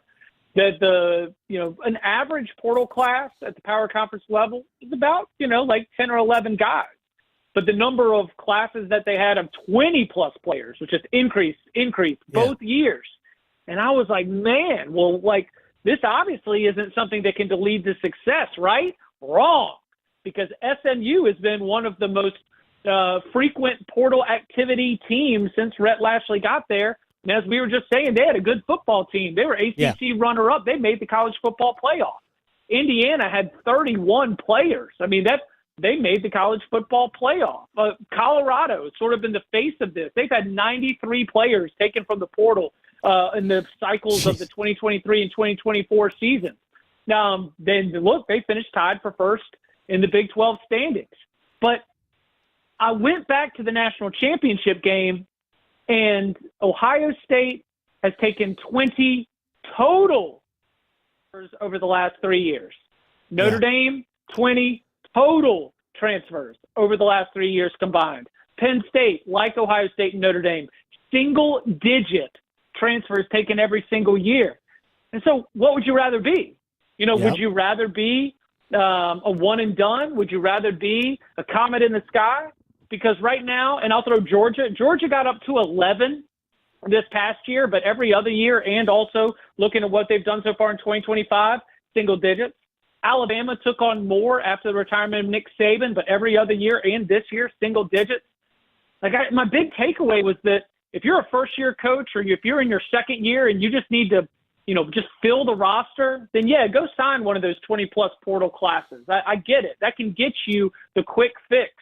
But if you want to win a national championship, then you need to be able to build this the old school way. Mm-hmm. And that, to me, is something that is encouraging, because stacking recruiting classes on top of recruiting classes is how you build cohesion. That's how you build competitive depth. I know it sounds crazy, but these guys aren't robots. They are 18 to 22-year-olds, and on an offensive line, you've got to go out there and you've got to work together. I mean, Adam, have you ever thought about how dumb football is? We ask 11 guys to all do their job at the same time.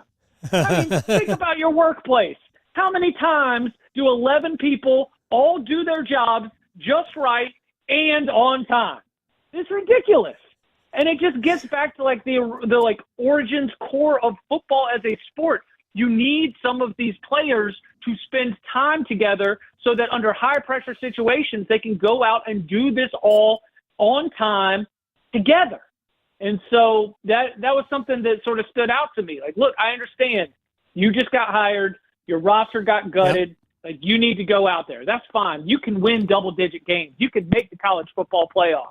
But if you want to win multiple games against the best teams in the country in the college football playoff, which is what it takes to win the national championship, understand that those other teams, they've been playing together for a long time.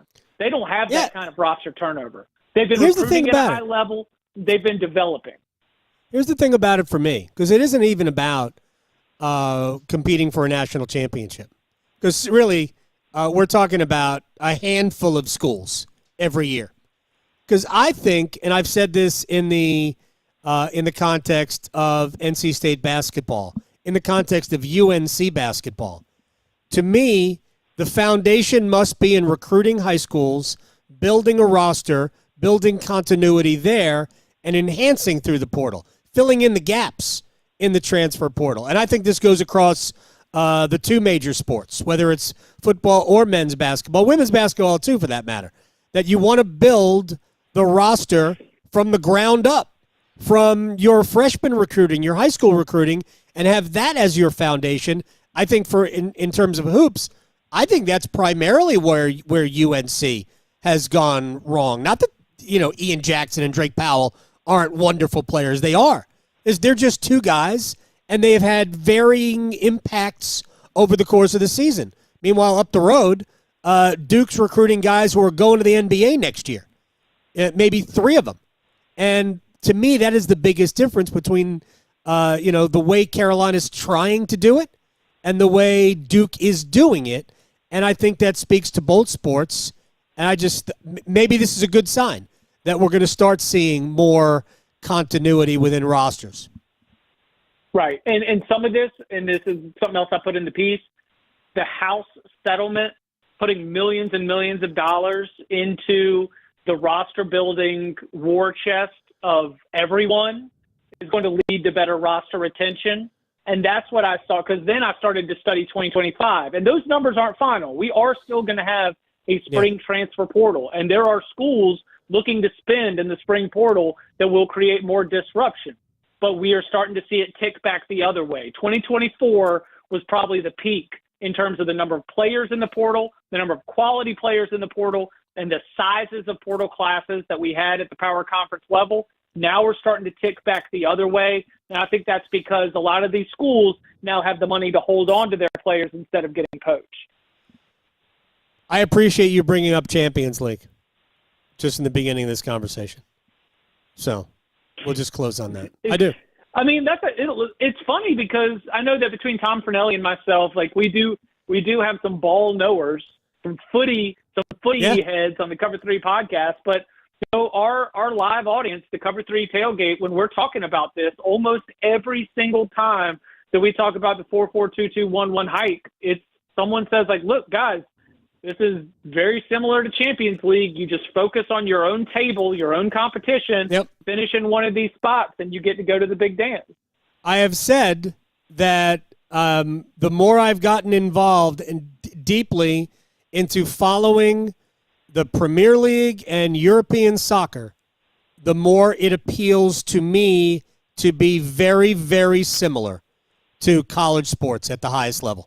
I think it's the biggest comparison, and you and I could maybe we'll do an entire show on where the similarities are. I don't know. Maybe you and I just have a beer and talk about it, and that would be also preferred on my end. Chip Patterson, as always, the best.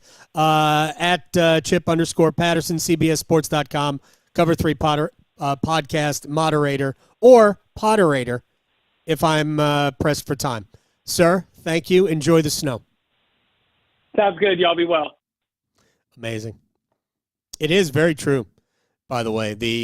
I think that we could have a system of promotion and relegation in college football. Not even joking.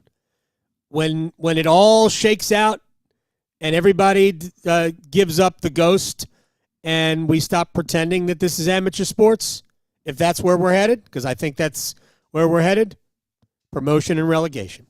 All right, we will stretch and we will place bets. And yes, on a Champions League Wednesday here on the Adam Gold Show. Talking sports so you don't have to pretend to know stuff. The Adam Gold Show on the North Carolina Sports Network. Hey, it's Adam Gold from my friends at FanDuel, America's #1 sports book, and we are exiting the shortest month of the year for March. And you know what that means. College basketball. And right now, new customers on FanDuel can get $150 in bonus bets when your first $5 bet wins. That's right, $150 of their money to use as you see fit. As long as you win your first $5 bet, time for you new customers to join in. FanDuel.com/AGS. FanDuel.com/AGS. Get in on all the college hoops action before March takes over. FanDuel, 21 and over and present in North Carolina. First online real money wager only. $5 first deposit required. Bonuses issued as non-withdrawable bonus bets, which expire 7 days after receipt. Restrictions apply. See terms at sportsbook.fanduel.com. Gambling problem? Call 877-718-5543 or visit morethanagame.nc.gov. The North Carolina Department of Health and Human Services is looking for people age 21 or older to volunteer in long-term care facilities. Community Advisory Committee volunteers help residents and their families advocate for the needs of individuals living in long-term care facilities, such as nursing homes, assisted living facilities, and family care homes. Volunteers must complete orientation and training to become designated and certified representatives of the Long-Term Care Ombudsman Program. Visit ncdhhs.gov/aging to find your county's ombudsman. Going to college gives you more career options. You could say it pays for itself, but it might not feel that way in the short term, especially when tuitions do. That's where the FAFSA comes in. The FAFSA is the free application for federal student aid. It's your gateway to money for college. Whether you're seeking scholarships, grants, work-study programs, or loans, it all starts with the FAFSA. So how about it? Make a plan for college and find everything you need for the FAFSA at cfnc.org. Electricity. It's what powers our lives, from the ordinary to the extraordinary. In North Carolina, 26 local electric cooperatives provide energy to 2.8 million people across the state. But we're providing so much more than affordable, reliable power. We're helping to strengthen the people and communities that make our state great, today and for generations to come. North Carolina's electric cooperatives. Power you can count on, now and always. Learn more at ncelectriccooperatives.com. As fall championships begin, the Governor's Highway Safety Program would like to remind you to buckle your seatbelt when traveling home from today's events. Whether you're driving out of town or across town this holiday season, wearing a seatbelt is your best defense against injury or death in a crash. During the busiest time of travel, prioritize your safety and buckle up. Every seat, every time. And remember, click it or ticket. It's the law. This message brought to you by the North Carolina High School Athletic Association and the Governor's Highway Safety Program. It's that time of year to come see me. Don't let COVID-19 and the flu stop you. So make sure you don't have to cancel on those you love the most. By getting your flu and COVID vaccines. They're safe and effective. Both flu and COVID vaccines have been updated to fight against new virus strains. So make sure you don't miss that family gathering and protect those around you. Ask your healthcare provider about updated flu and COVID-19 shots. Get protected this season with updated COVID-19 and flu shots. Visit myspot.nc.gov and find yours today. AARP is working hard to make sure people in North Carolina are getting the most out of life. Whether it's helping you stay healthy, save more money, care for loved ones, or simply have some fun, AARP is making a difference in communities across the state. You have a wise friend and fierce defender with AARP. Learn more about progress being made for older adults in the state by listening to AARP Without Limits. You can find the latest episodes of AARP Without Limits wherever you listen to your podcasts. This is Adam Gold. Did you see what Duke is paying the quarterback that they pulled out of the portal from Tulane? Oh, no. Oh, yeah. 2-year deal, $4 million per. Oh, wow. Per. So. Do they want a quarterback named Victoria? The Adam Gold Show.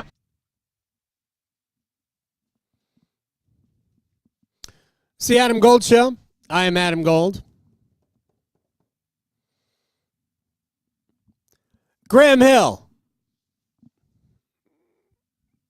He's spinning tunes today. Victoria's home in the snow. We're looking out the window here at a pretty aggressive snowfall right now. I don't know. I would say almost an inch of snow on the ground up here in Oxford. Earl sounded Graham, excited. Does it look nice down at the studio? Yeah, it's from the small little window that I can see from my bunker outside. It's a little bit of a flurry that's coming across the driveway of the lovely studios here. Very nice, very nice. We have Cardinals and Blue Jays outside of our house going at it. It's spring training baseball. Very excited, by the way. Pitchers and catchers have reported. Full squads have reported now. I know college baseball is in full swing. I know people are excited about that. But Major League Baseball, we're about a month away, a shade more than a month away from the start of the season. So that is good news. You see, Rob Manfred, the commissioner of Major League Baseball, says don't blame the Dodgers for buying all the good players. Blame the system. There you go. He's not necessarily wrong.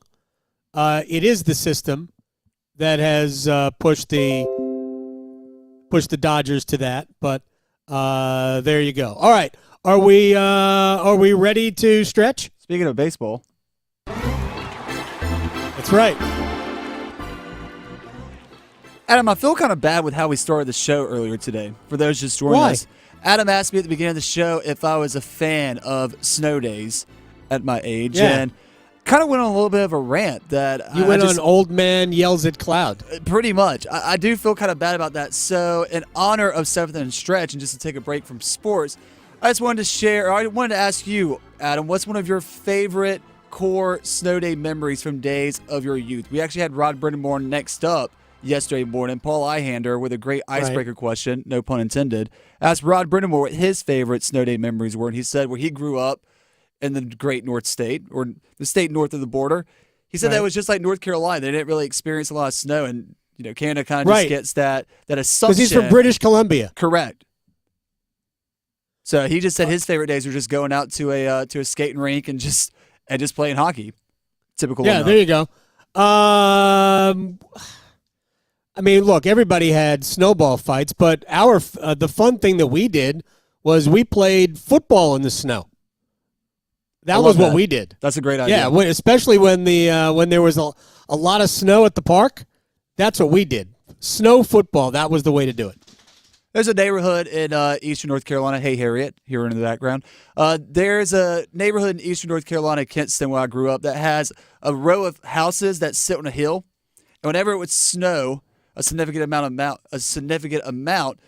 the residents of those houses would actually allow people to come into their yards and sled for the whole afternoon. So that's one of my favorite core memories. And then after that, going back home, sipping on some hot cocoa, and also watching. I thought you were going to say sipping on gin and juice.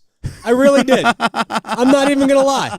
I thought you were going to say sipping on gin and juice. Way back with my mind on the money and the money on my mind. Exactly. I was there.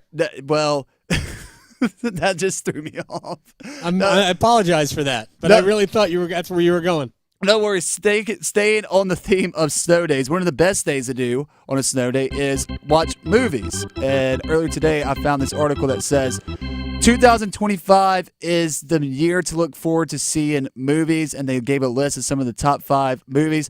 And number 5 is actually The Running Man. And Adam, I wanted to talk to you about this one. It's Glenn Powell, and it seems like it's a remake of Arnold Schwarzenegger's science fiction nostalgia, which famously predicted reality TV. A remake seems unnecessary according to Awful Announcing, thecomeback.com. But Glenn Powell, anything that he's in, I'm a big fan of his, so I would certainly take a look at it. I'll take your word for it. I don't know who Glenn Powell is. There's also a movie named Mickey that I don't really know too much about, other than that it's the same director, and I'm probably going to butcher his name, Bong Joon-ho's, who he's following up his Best Picture Oscar-winning Parasite movie. Okay, I can't improve on whatever you called that director, so we'll just leave it at that. let's actually go down to centers. This is releasing on April 18th. I've been seeing a lot of advertising for this. Michael B. Jordan and filmmaker Ryan Coogler. One of those interesting Michael B. Jordan kind of sci-fi films. I haven't really seen any of his other stuff, but Michael B. Jordan's a phenomenal actor. I have one for you, though. What's that? I just saw, we went 2 weeks ago.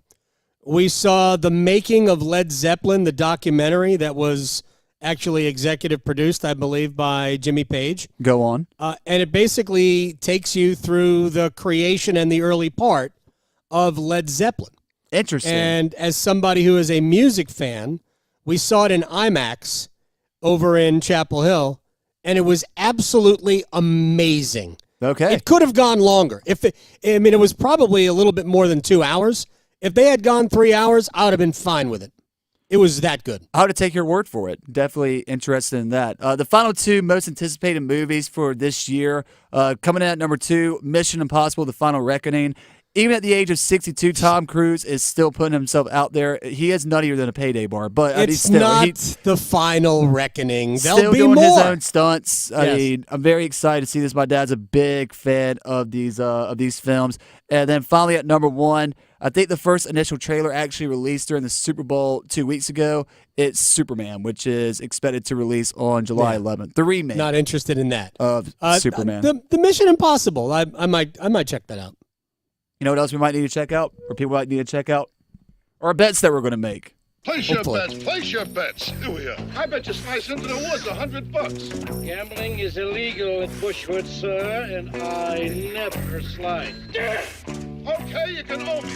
I owe you nothing. All right, sir. Back at it today. Champions League football. What do you got? I don't know if you want to check out my bets, but I'm going to go with the NBA, and I'm actually just going to stay with one game. That's your Charlotte Hornets taking on the Los Angeles Lakers tonight. Oh, that's right. This rearranged game. Josh Green of the Hornets, give me over 7.5 points, plus 100. It has hit in 4 of his last 4 games against the Los Angeles Lakers. I don't know what it is about the Lakers, but I'm always a fan of one individual player kind of having a standout performance against one team. So Josh Green of the Hornets over 7.5 points, plus I like the plus value in this. All right. We always like value. I'm a big fan of value when it comes to wagering. I don't see the point in doing it if it's not. So let's go with NC State at North Carolina. Give me the Wolfpack plus 9.5 under 146.5. I think Tar Heels probably win the game, but I think it's going to be close. So give me the Wolfpack plus the 9.5, under 46.5. That's plus 284. I feel absolutely stupid for not placing a wager on this game. I'm going to have to find one real quickly. But my next bet, also Hornets versus Lakers. Give me the Hornets plus 12.5, minus 110. Interesting fact, the Hornets have covered in 18 of their last 20 games. Really? I dig that. All right, we've got Champions League football, Champions League soccer. Real Madrid at the Bernabeu at home to Manchester City. Real won the away leg 3-2, so all they have to do is draw to advance. I think City will put up a fight, but I think there will be a draw. Real and City to draw plus 320. Also, as a bonus, Jude Bellingham, anytime goal plus 240. I have found a wager for the North Carolina NC State game. Give me Marcus Hill to score 15 or more points plus 154 for the Wolfpack. 15 or more? Man, is there? We got anything on Trey Parker? We don't need anything. That's who I was trying to find initially, but I couldn't find anything.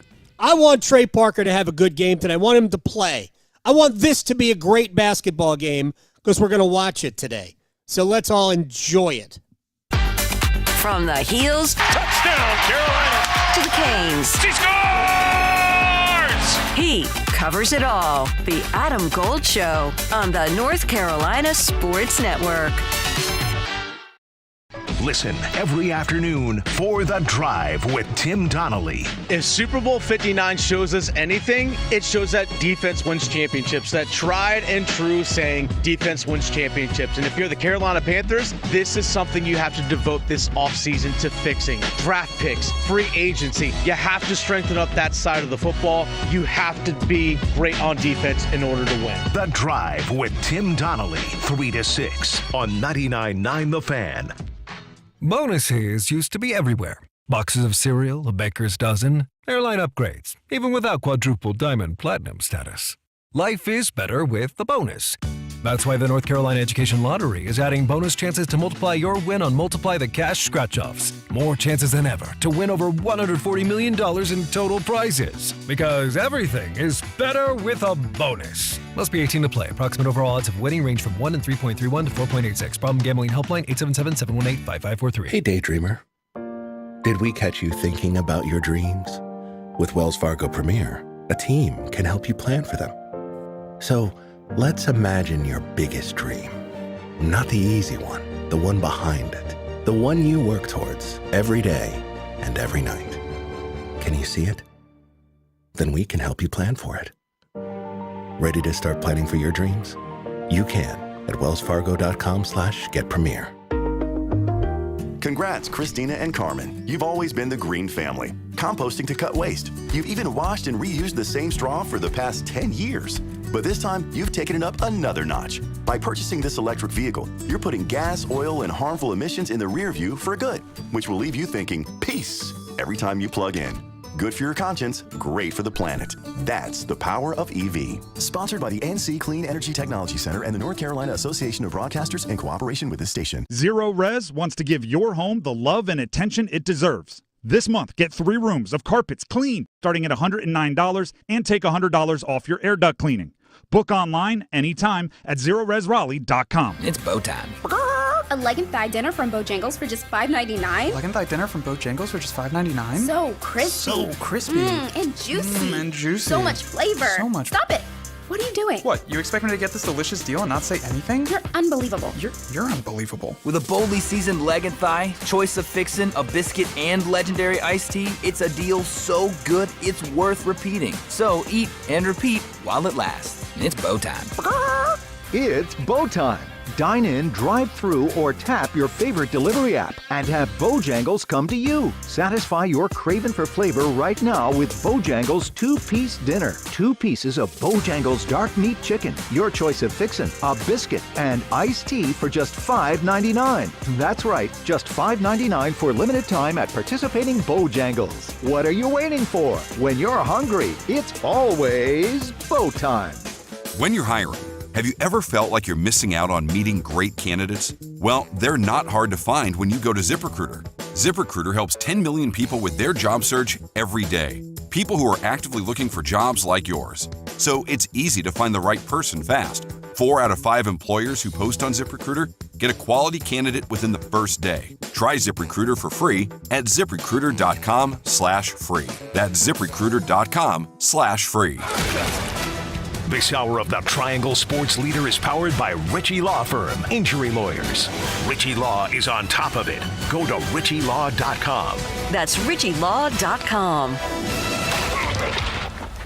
Every year across America, a staggering 4.2 million youth are homeless or trafficked. Covenant House is the national leader providing safe housing for youth, 50 years strong. Help us fight youth homelessness. Go to covenanthouse.org. WCMC HD1 Holly Springs. Take us with you on the radio, Instagram, TikTok, Alexa, and YouTube. 99.9 The Fan, the Triangle Sports Leader. Talking to John Shire before the game, he said he is just a diligent, hard-working guy that comes to the gym, comes every day, punches the time clock, gets to work. And when your best player does that, it makes it easy for you to coach everybody else because, he's not coasted. He comes every day to try and get better. He just, he only turned 18 earlier in this academic year. I don't see any flaw in his game. He understands the game.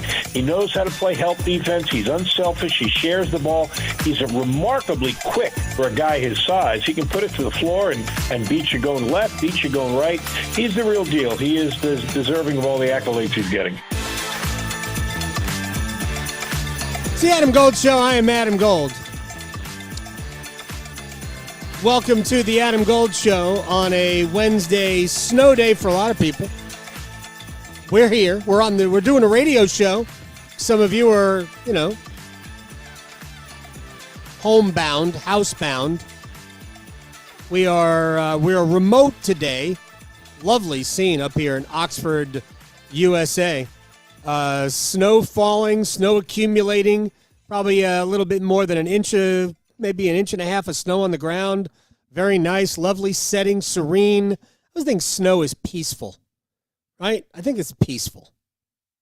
Graham hates it, but, Graham is, in terms of his soul, older than I am.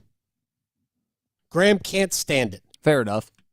So, can't believe it. Utterly shocked. All right. That was, I believe that was Bob Valvano talking about Cooper Flagg of Duke, a freshman who is uncommonly good and poised for somebody who just turned 18. I mean, he's going to be the first pick in the NBA draft, and Duke has other players like that. And tonight in Chapel Hill, we're going to see, I think, some pretty good freshmen on display. For Carolina, Ian Jackson and Drake Powell.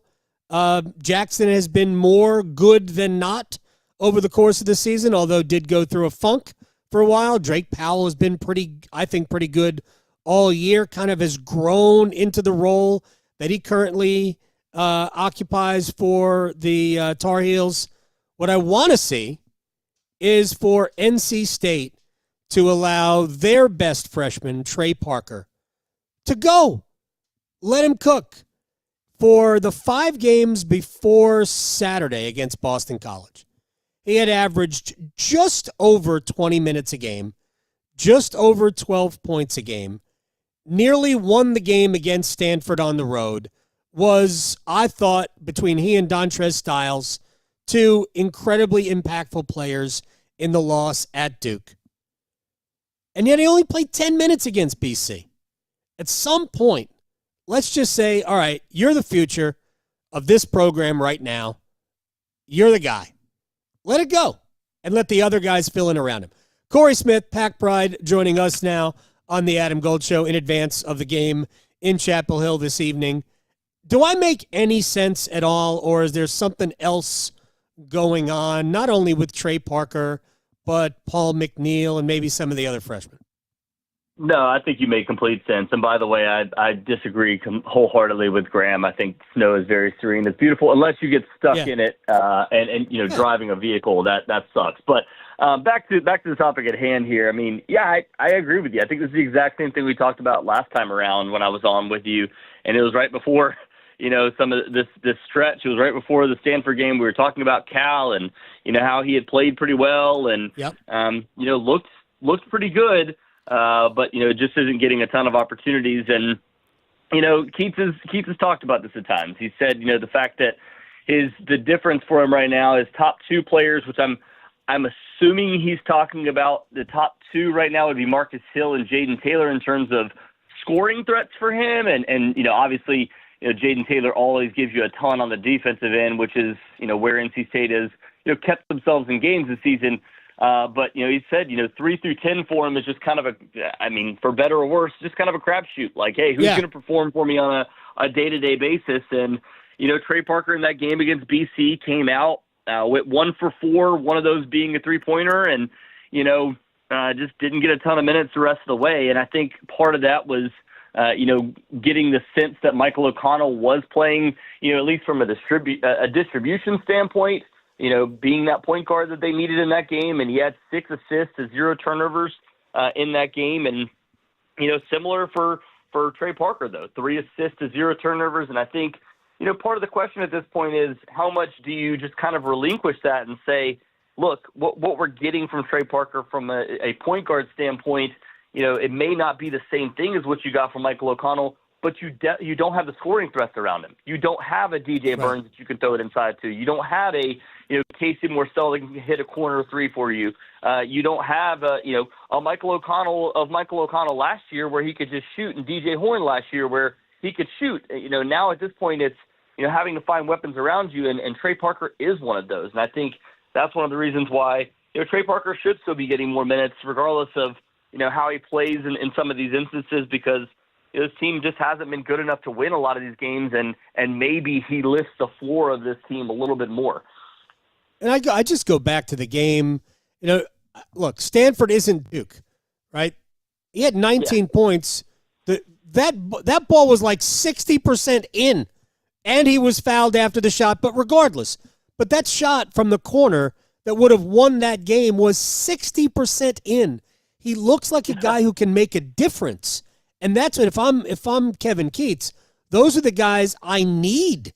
I need going forward. It's not like, I get it. Maybe he wasn't as good as other players were against Boston College, and it's hard to complain when you're breaking a 9-game losing streak. So maybe that is sort of displaced displeasure on my part. But he looks, they don't have too many guys who look like they can really impact the game.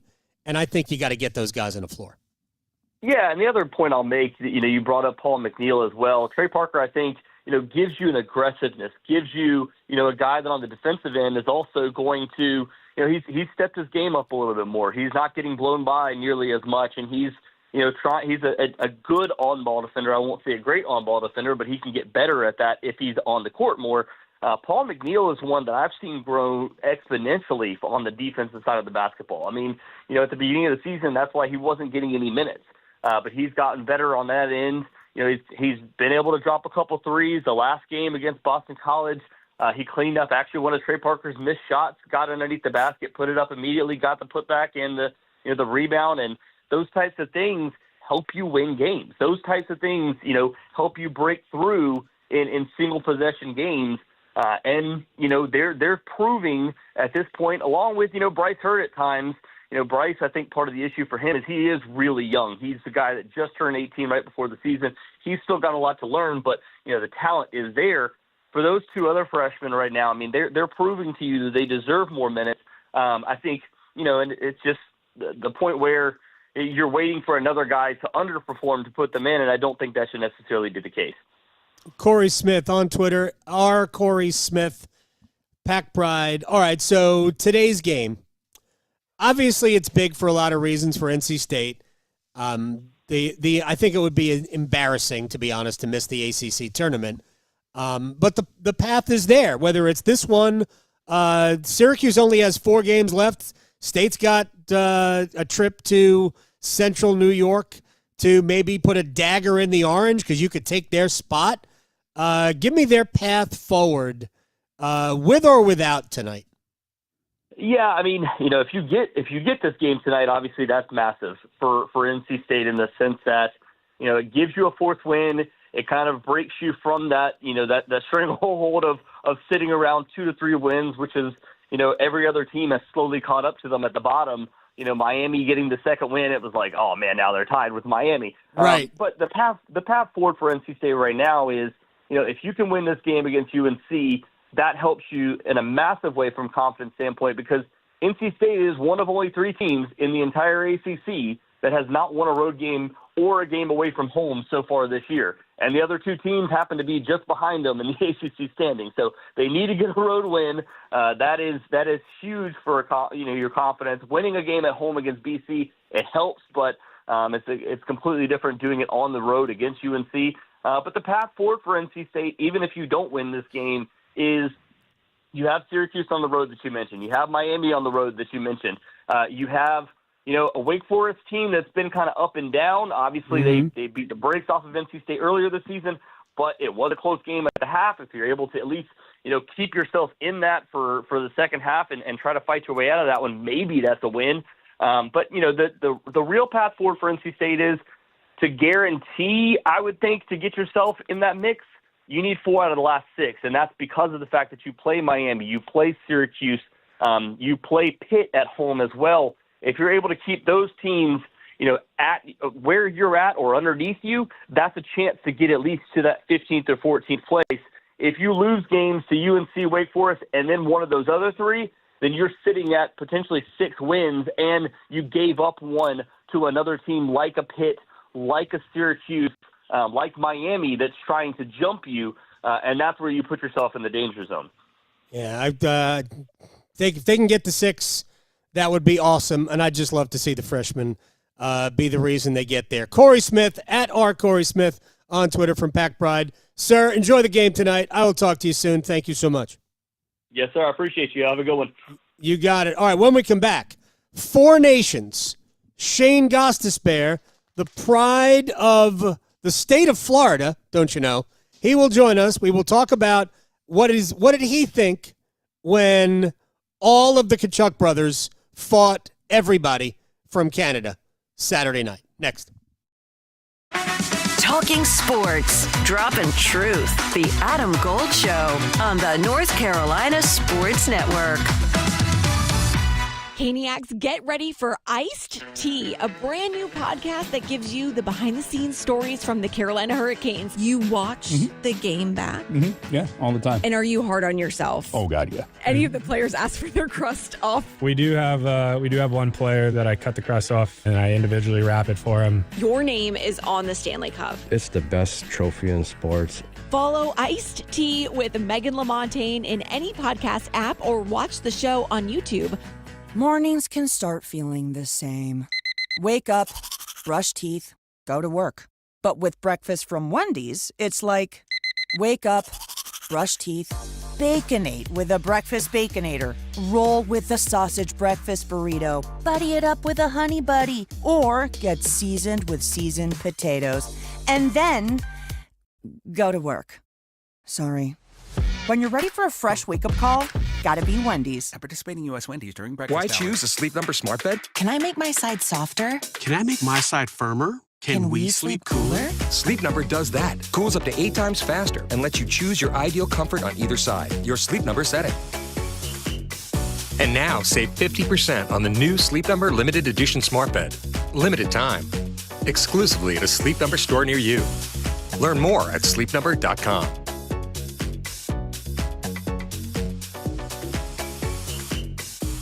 You know what's fun about Ram Truck Month at John Heister Chrysler Dodge Jeep Ram in Lillington? Nothing if it's not you behind the wheel of a brand new 2025 Ram 1500. With savings as much as $15,000 off a new 2025 Ram 1500, you can have all the fun driving this powerful, rugged truck built for work, play, and everything in between. So get off your keister and get to Heister today. Hurry to Ram Truck Month at John Heister Chrysler Dodge Jeep Ram in Lillington. A new game has landed in North Carolina. Officials are calling this new species of game Cash Pop.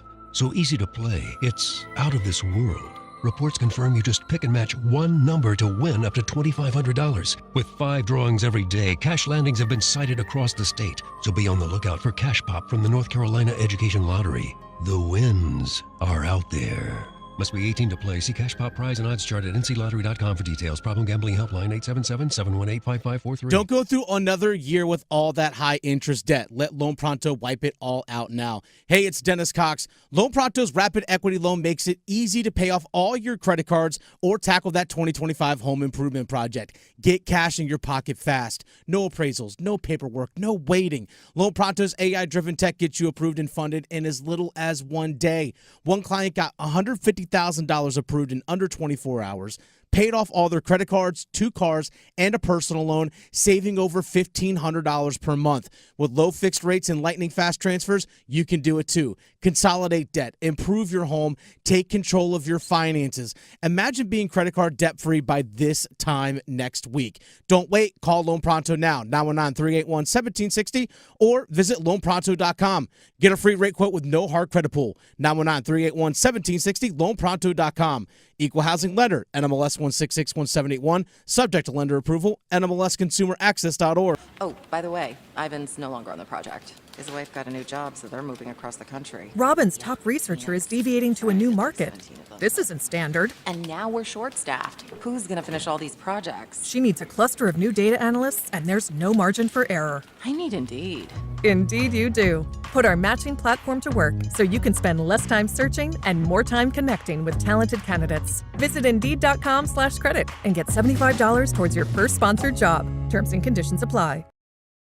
One Adam. Gold. One Adam. Gold. So I was reading an article about the 10 oddest Guinness World Records, and the thing that caught my eye was most skips by a cat in 1 minute. This woman has a jump rope and is skipping with her cat. Okay, I have got a cat, and let me just tell you, the skipping alone would cause this, but swinging a jump rope anywhere near my sweet kitty Carol, she'd be gone for like 5 days. The Adam Gold Show.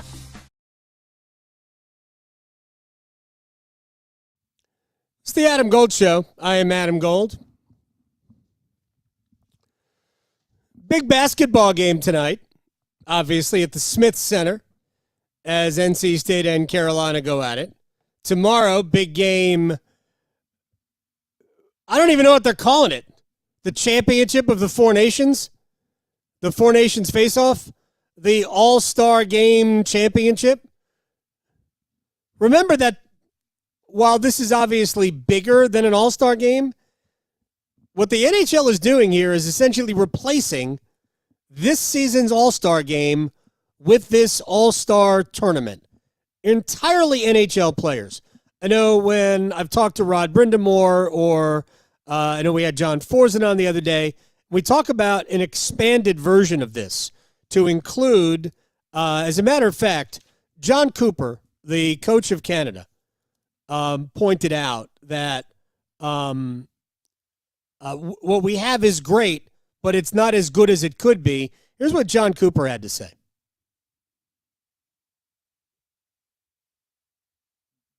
We'll get John Cooper here in a sec.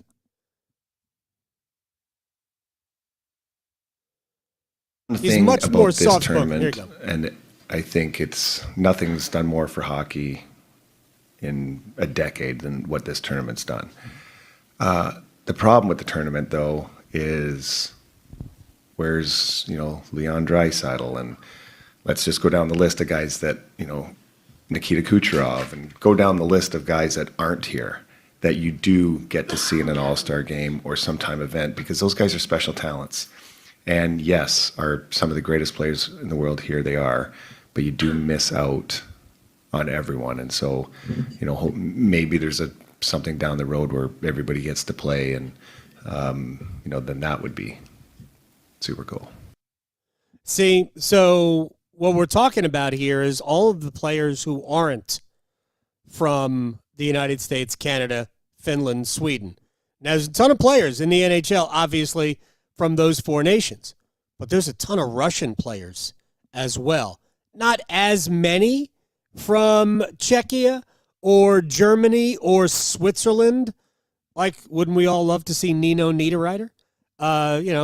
Selfishly, of course we would, but Nico Hischier. There are some dynamite players from all over the world who play in the NHL. And that's what the Olympics will be about. The thing is, though, for something like this, which is an NHL event, there are only NHL players involved.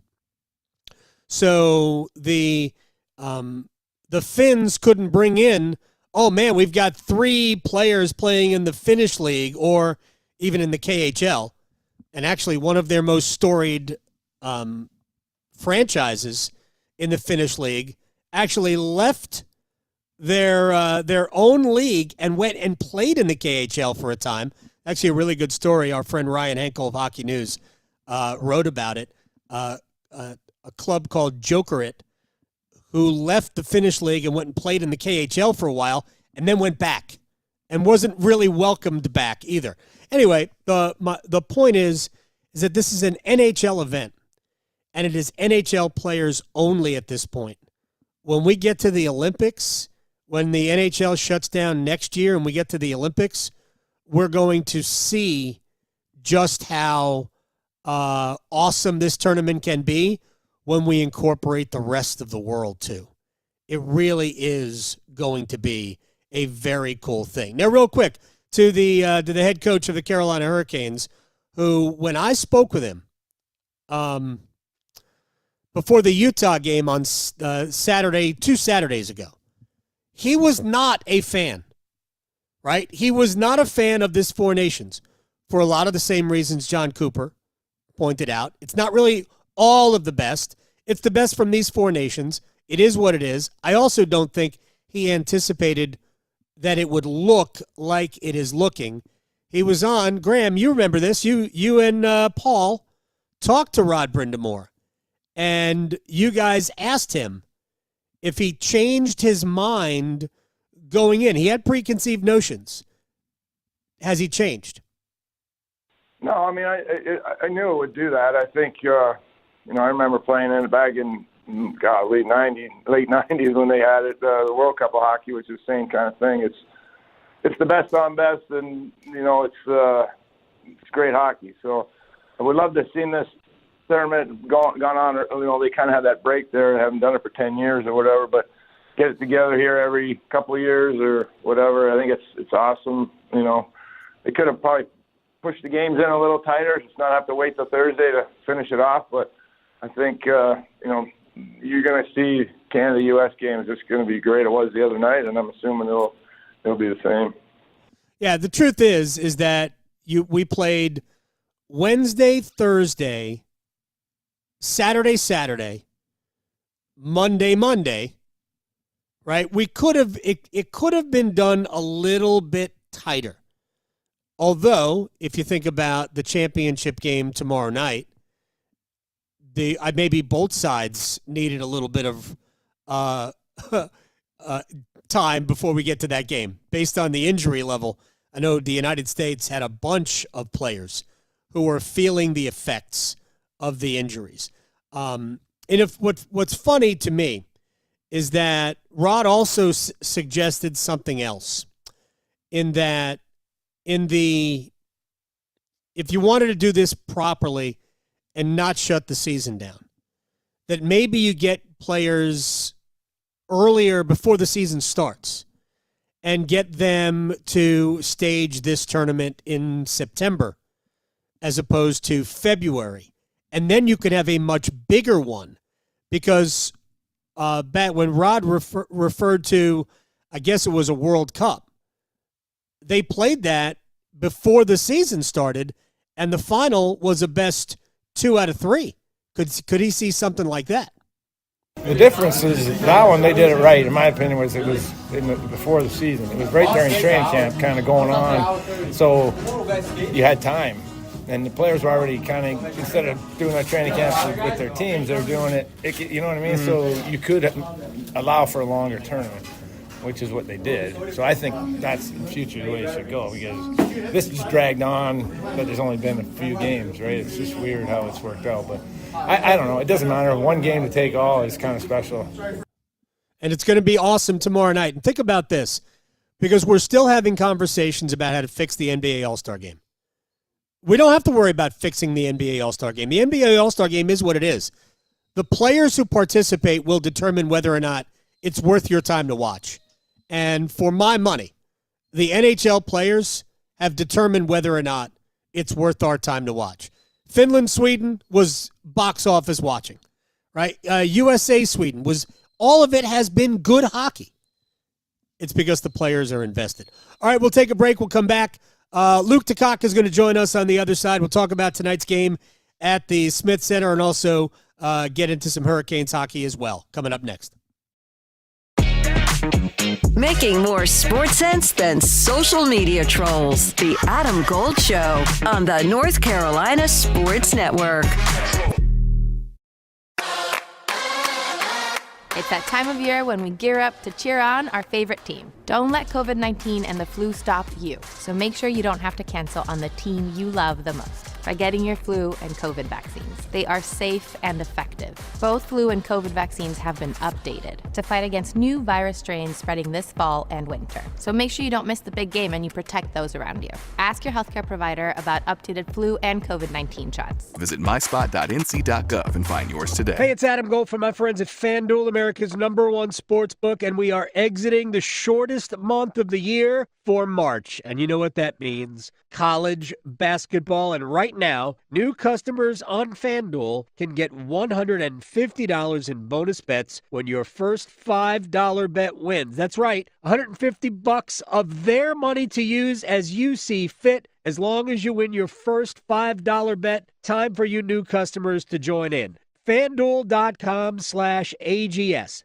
FanDuel.com FanDuel.com/AGS. Get in on all the college hoops action before March takes over. FanDuel, 21 and over and present in North Carolina. First online real money wager only. $5 first deposit required. Bonuses issued as non-withdrawable bonus bets, which expire 7 days after receipt. Restrictions apply. See terms at sportsbook.fanduel.com. Gambling problem? Call 877-718-5543 or visit morethanagame.nc.gov. The North Carolina Department of Health and Human Services is looking for people age 21 or older to volunteer in long-term care facilities. Community Advisory Committee volunteers help residents and their families advocate for the needs of individuals living in long-term care facilities, such as nursing homes, assisted living facilities, and family care homes. Volunteers must complete orientation and training to become designated and certified representatives of the Long-Term Care Ombudsman Program. Visit ncdhhs.gov/aging to find your county's ombudsman. Going to college gives you more career options.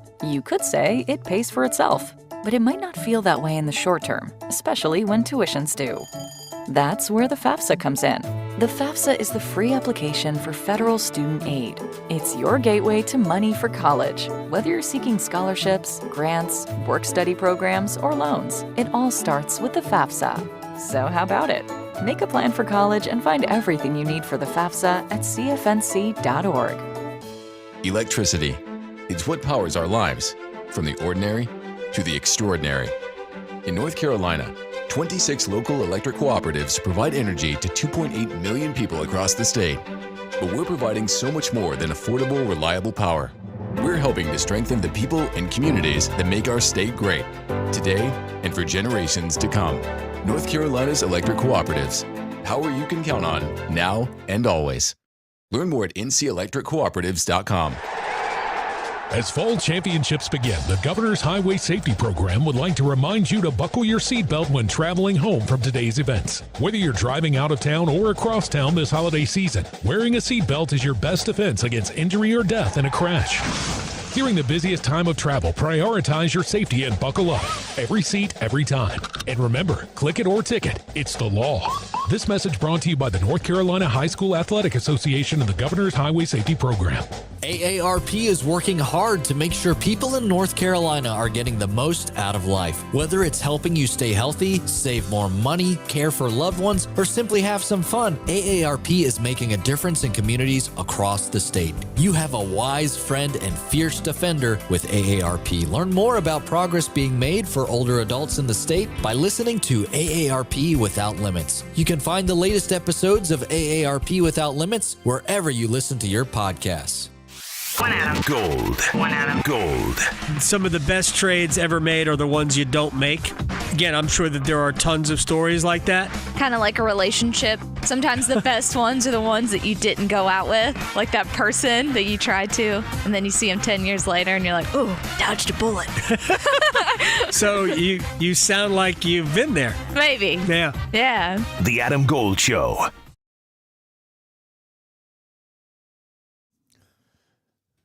It's the Adam Gold Show. I am Adam Gold.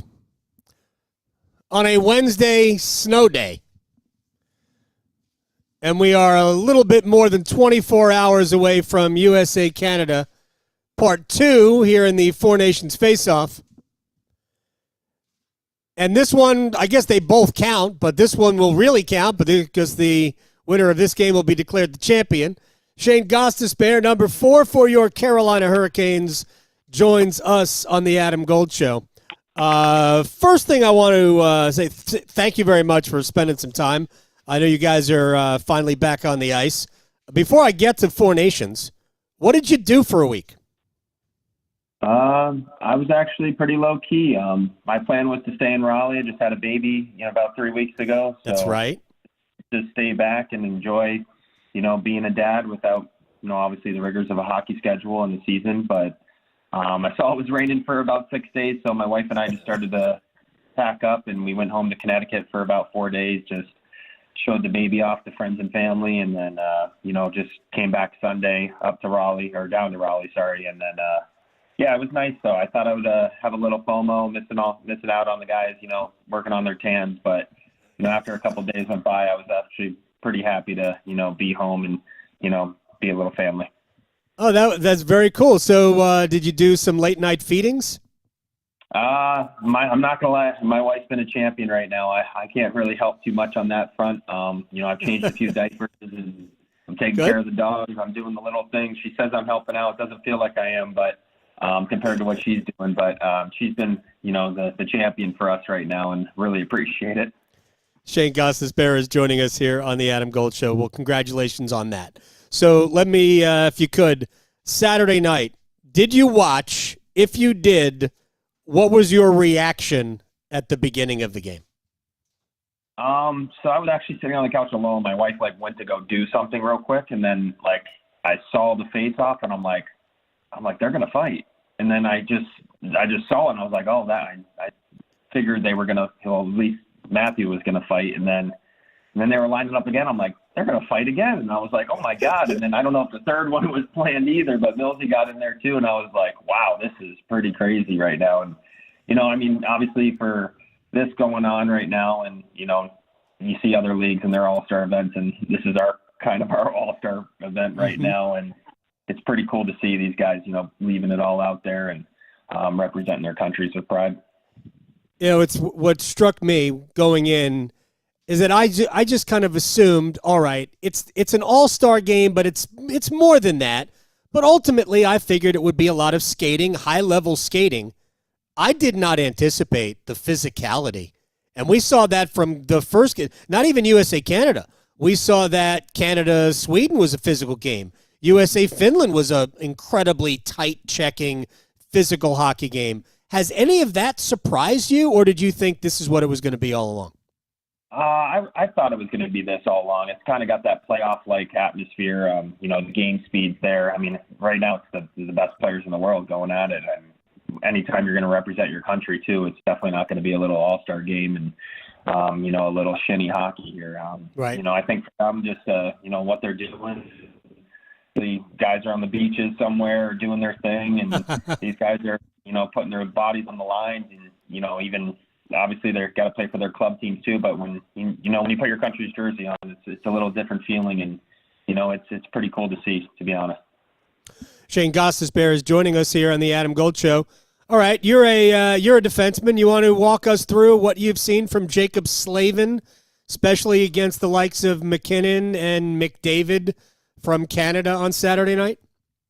Yeah, I mean, we got the best seat in the house because we get to watch him do it, night in and night out. And I think it was funny because I got so many texts from my buddies saying, I didn't know Slavin was so good. I'm like, he is the king of doing things that go unnoticed that make a big deal, if that makes sense to anyone. And it's showing in his performance. I mean, when you're playing against the top guys in the world, and especially when those guys are playing together, and see what he's doing, and making the game hard on those top end skill guys, it's pretty impressive. And that's the Slava we know and we get to see every night, and we're lucky to have him. I mean, he's played a heck of a tournament here, and hopefully have a big one tomorrow night too. Yeah, what I saw Saturday night was also somebody that, I mean, it's going to sound weird, but Nathan McKinnon was like, nah, I'm not going to do this. I'm not going to try to beat him around the right side because I can't. So I'll stop and I'll try to make a play here. He basically took that part of the game away at one point from the guys like that. You can't even dump a puck in on him sometimes. He'll slap it out of the air. I mean, his stick is so good. His defending is obviously probably the best in the world. And it's cool to see it on display and see him get that recognition because, like I said, he does some little things every game that not a fair weather fan's going to see or notice, but we notice it every night, and we realize how lucky we are to have him on our team. And what he's doing out there is like what you said, it's a little roadblock on the right side because you don't want to go down his wing because he's probably going to make a great defensive play or deter something, and that's the effect he has on the game. Do you think, because I know you've enjoyed watching it, do you think a lot of the guys around the league have enjoyed it maybe as much as you have, or is it a USA-Canada thing? I think everyone's enjoying watching it. I mean, especially how hard these guys are playing. I mean, I don't know if anyone around the league expected it to be an all-star game. I don't think they did, but, just you appreciate how hard they're playing out there. Like I said, there's guys on beaches right now enjoying the life, and, I know they're poking their heads in watching too. It's the best players in the world going at it. So, it's a treat to watch. It doesn't happen often either. And, obviously it helps with, you got 4 countries, 2 countries each that have big rivalries. And, we're fortunate enough to see 2 big games of USA, Canada, obviously for all the marbles coming up. So it's pretty exciting. And like I said, it doesn't happen often. All right, what tips the power one way or the other tomorrow night? Then we'll actually talk about the Hurricanes for a sec. Who do you like tomorrow night and why?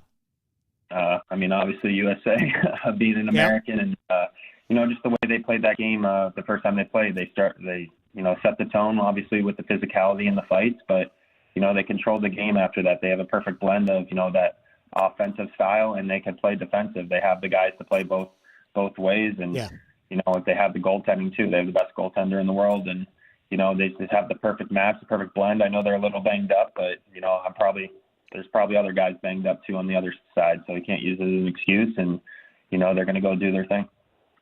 Seth Jarvis did not play the other day. I assume that you guys want him to play, but you also want him back in one piece. So you guys reconvened yesterday and got back on the ice.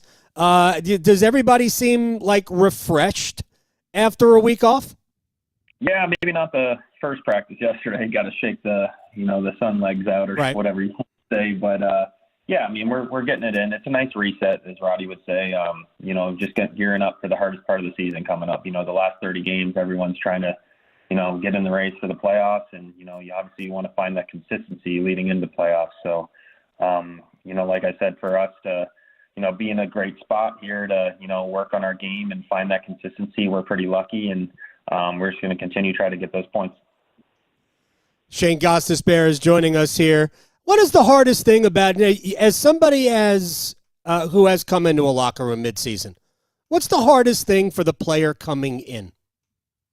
When I did it, I was just more worried about fit. You just want to fit in, not only on the ice, off the ice with the guys. And, I think Carolina does such a good job of that, of making guys feel comfortable right away. Just talking to them, if they look like they're a deer in headlights, go, hey man, you need help, just little things. The wives are great here too, with the spouses and whatnot, and letting other wives make them feel comfortable as well if they need a ride to the rink, anything like that. And that's a big reason why I obviously wanted to come back to Carolina. It's just that tight knit feel that we have as a team and an organization, and you can't take that for granted. Without having you speak for Mikko, he was in a little bit of a different situation, because it came as a complete shock to him, right? Yeah, I think you probably had expected some movement when you were traded to Carolina a few years ago. So what do you think he had to deal with being uprooted from Denver to come here? Yeah, I don't know. That's a whole different situation for sure. I knew I was getting traded. I got traded at the deadline. Mikko, the caliber player he is, he's a superstar, and you don't see those type of trades every day. And obviously when he got here, I think the best thing was that we were playing games right away, so he could just get into the fire and, get going. But yeah, obviously his head was probably spinning, but in those situations, as guys, as teammates, we want to make him feel as, as welcoming as possible, as, comfortable as possible for him, just to make his transition nice and easy, because he's going to be a huge part of this organization. Shayne Gostisbehere, as you are, I appreciate your time, sir. Enjoy the snow, if you can enjoy this snow. I know your little one's too young for this snow, but you know that. I'll see you very soon. I appreciate your time. We'll see you back on the ice in a couple of days. Thank you. Thanks for having me. Take care. Shayne Gostisbehere here on the Adam Gold Show. Totally forgotten that he was like a brand new dad like 3 weeks ago. So we got stuff to do. All sorts of new chores for a dad, even though his wife is taking care of most of that. All right, let's get into a little bit of a rewind, shall we?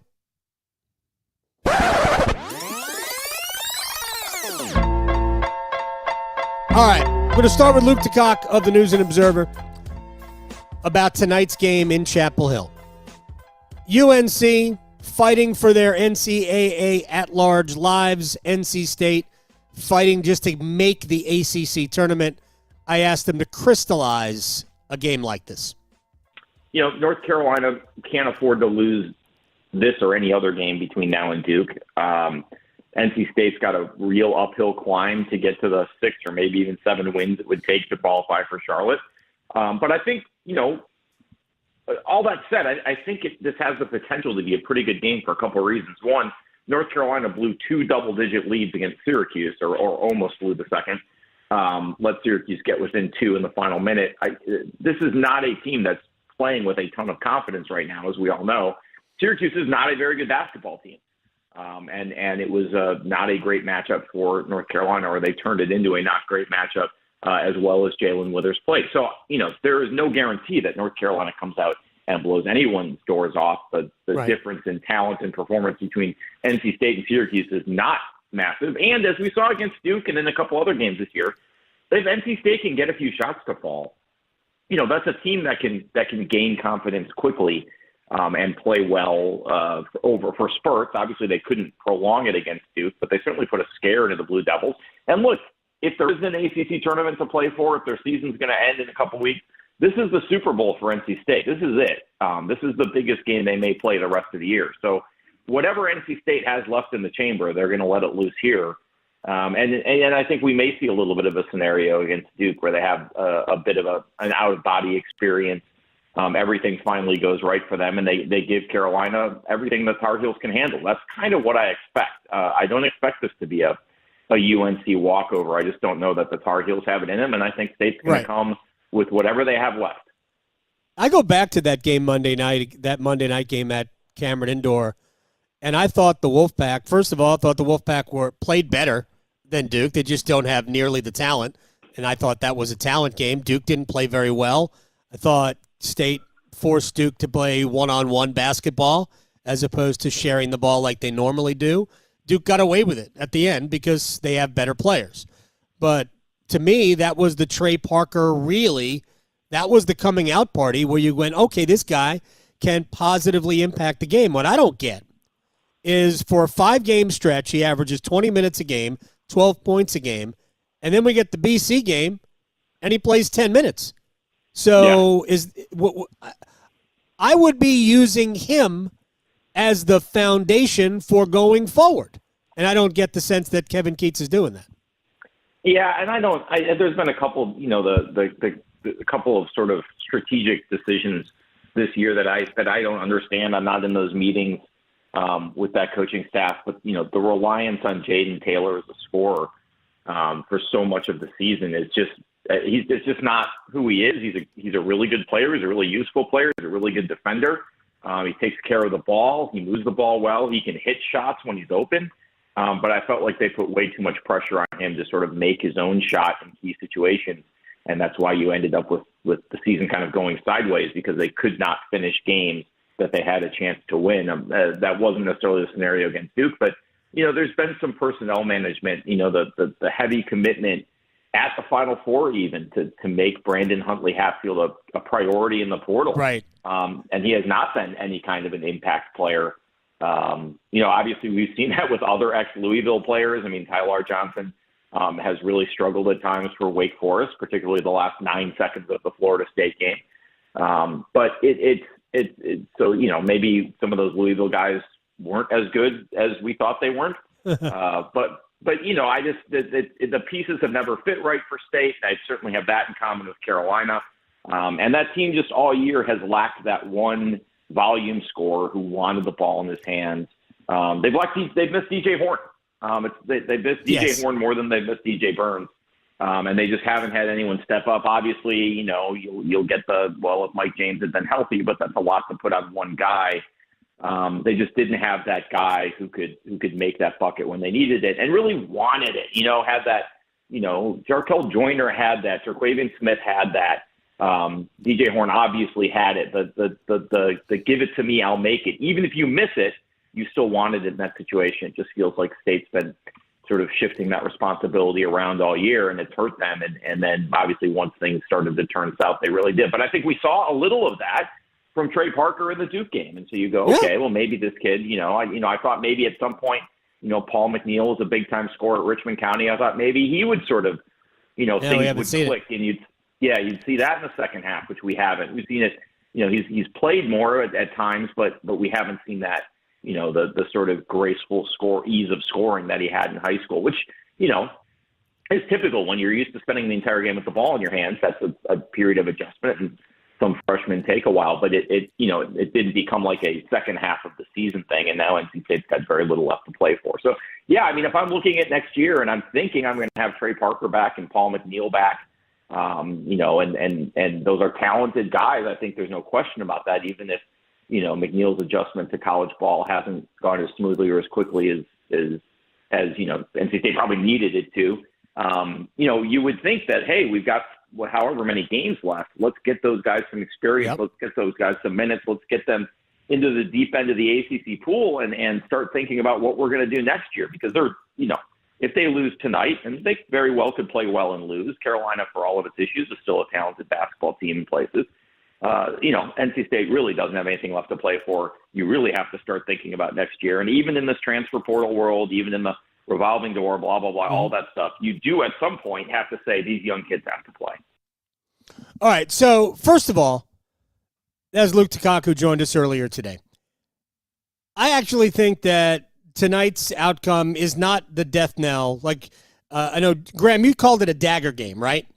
Yes. To me, it's a dagger game if Carolina loses. It's not a dagger game if NC State loses, and I'll explain it this way. Syracuse has 4 games left.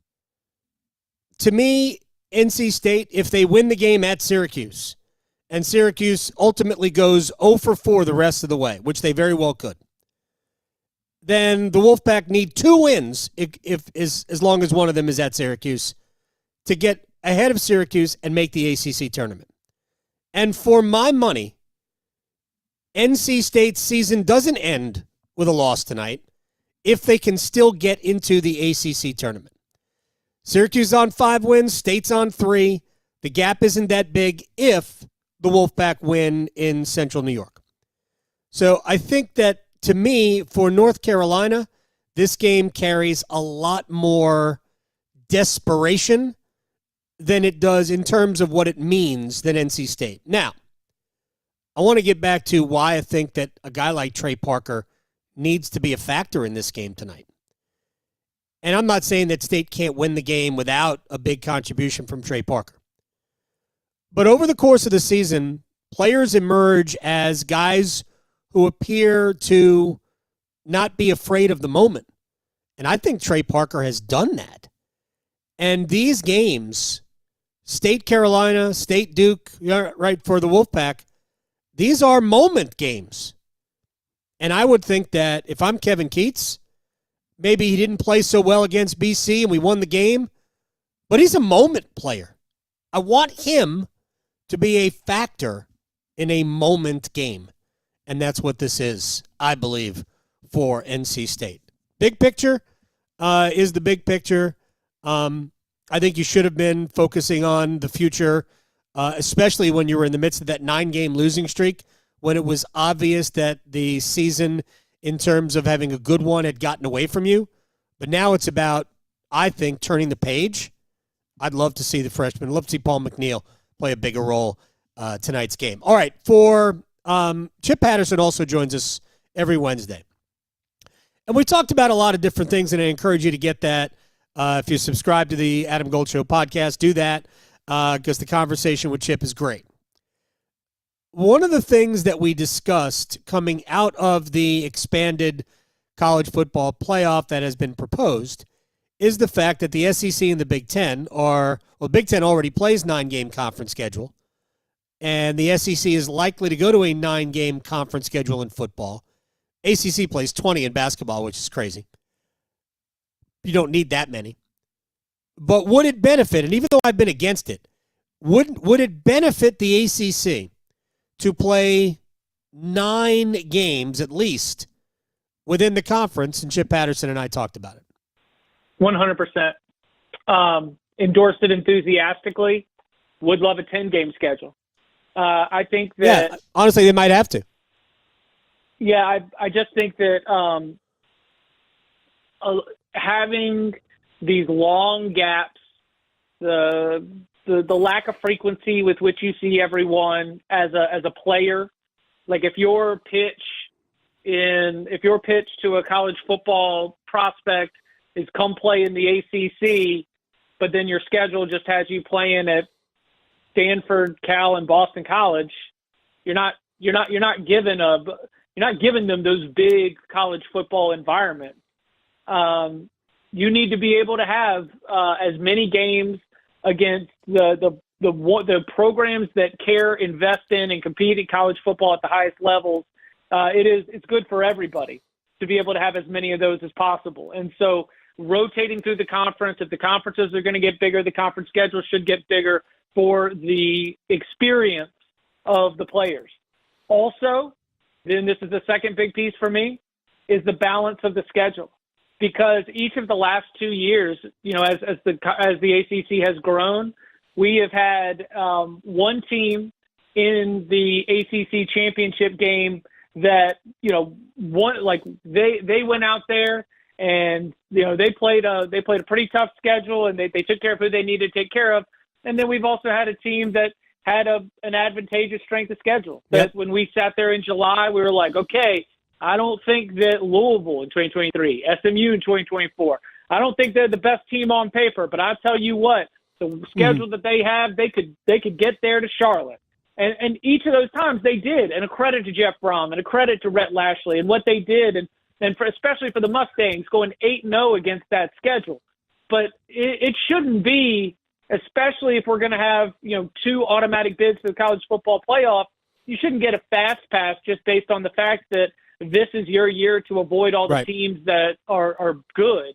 So for me, the expansion of the conference schedule is so important because it also creates more balance to the schedules. I mean, the logjam that we had in the SEC this past year with all those different scenarios and all those different teams that could make it to Atlanta, that would have been helped if they'd had 9 games instead of 8. It's just, it to me makes so much sense from the experience of the players, but then also for a little bit more balance when we're looking at the conference standings. We're headed for another pretty massive upheaval in college football. And really, we should, and I think ultimately we will, separate college football from everything else. It's probably the best thing. Because if you think about imagine being a college athlete that was recruited to Southern Cal. And regardless of what sport you want to play. Well, I mean, we could play anything. You play soccer, and you play volleyball, tennis, right, golf, and you go to Southern Cal. Like, you play in the Big Ten. That's probably not why you went to Southern Cal, to play in the Big Ten. Probably more than likely a West Coast person. You want to play against the West Coast teams. We see that with Stanford. You realize that every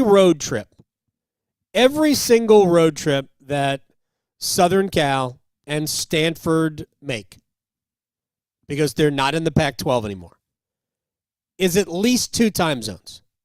Every road trip. Not your game at UCLA, of course, but the closest team in terms of miles within the Big Ten to Southern Cal, other than UCLA, is Nebraska. No, you have Oregon and Washington. I guess you could just play, most of your games there. But, man, you come east how many times a year? And think about this for college football fans. Southern Cal has had a traditional rivalry with Notre Dame forever. When the Big Ten that already plays a 9-game conference schedule, if they go to this scheduling arrangement, which would amount to an SEC Big Ten challenge in football, are they going to keep Notre Dame? Are they going to play 9 plus the SEC game plus Notre Dame plus 1 more? Or are they going to get rid of the Notre Dame game and play 2 very winnable games? Because you want home games. Very complicated. A lot of things going to happen in college sports going forward. Graham Hill, enjoy the snow, even though you won't, because you're old. I'm Adam. We'll see everybody tomorrow on the Adam Gold Show. questioning goalie interference calls since day one. The Adam Gold Show on the North Carolina Sports Network.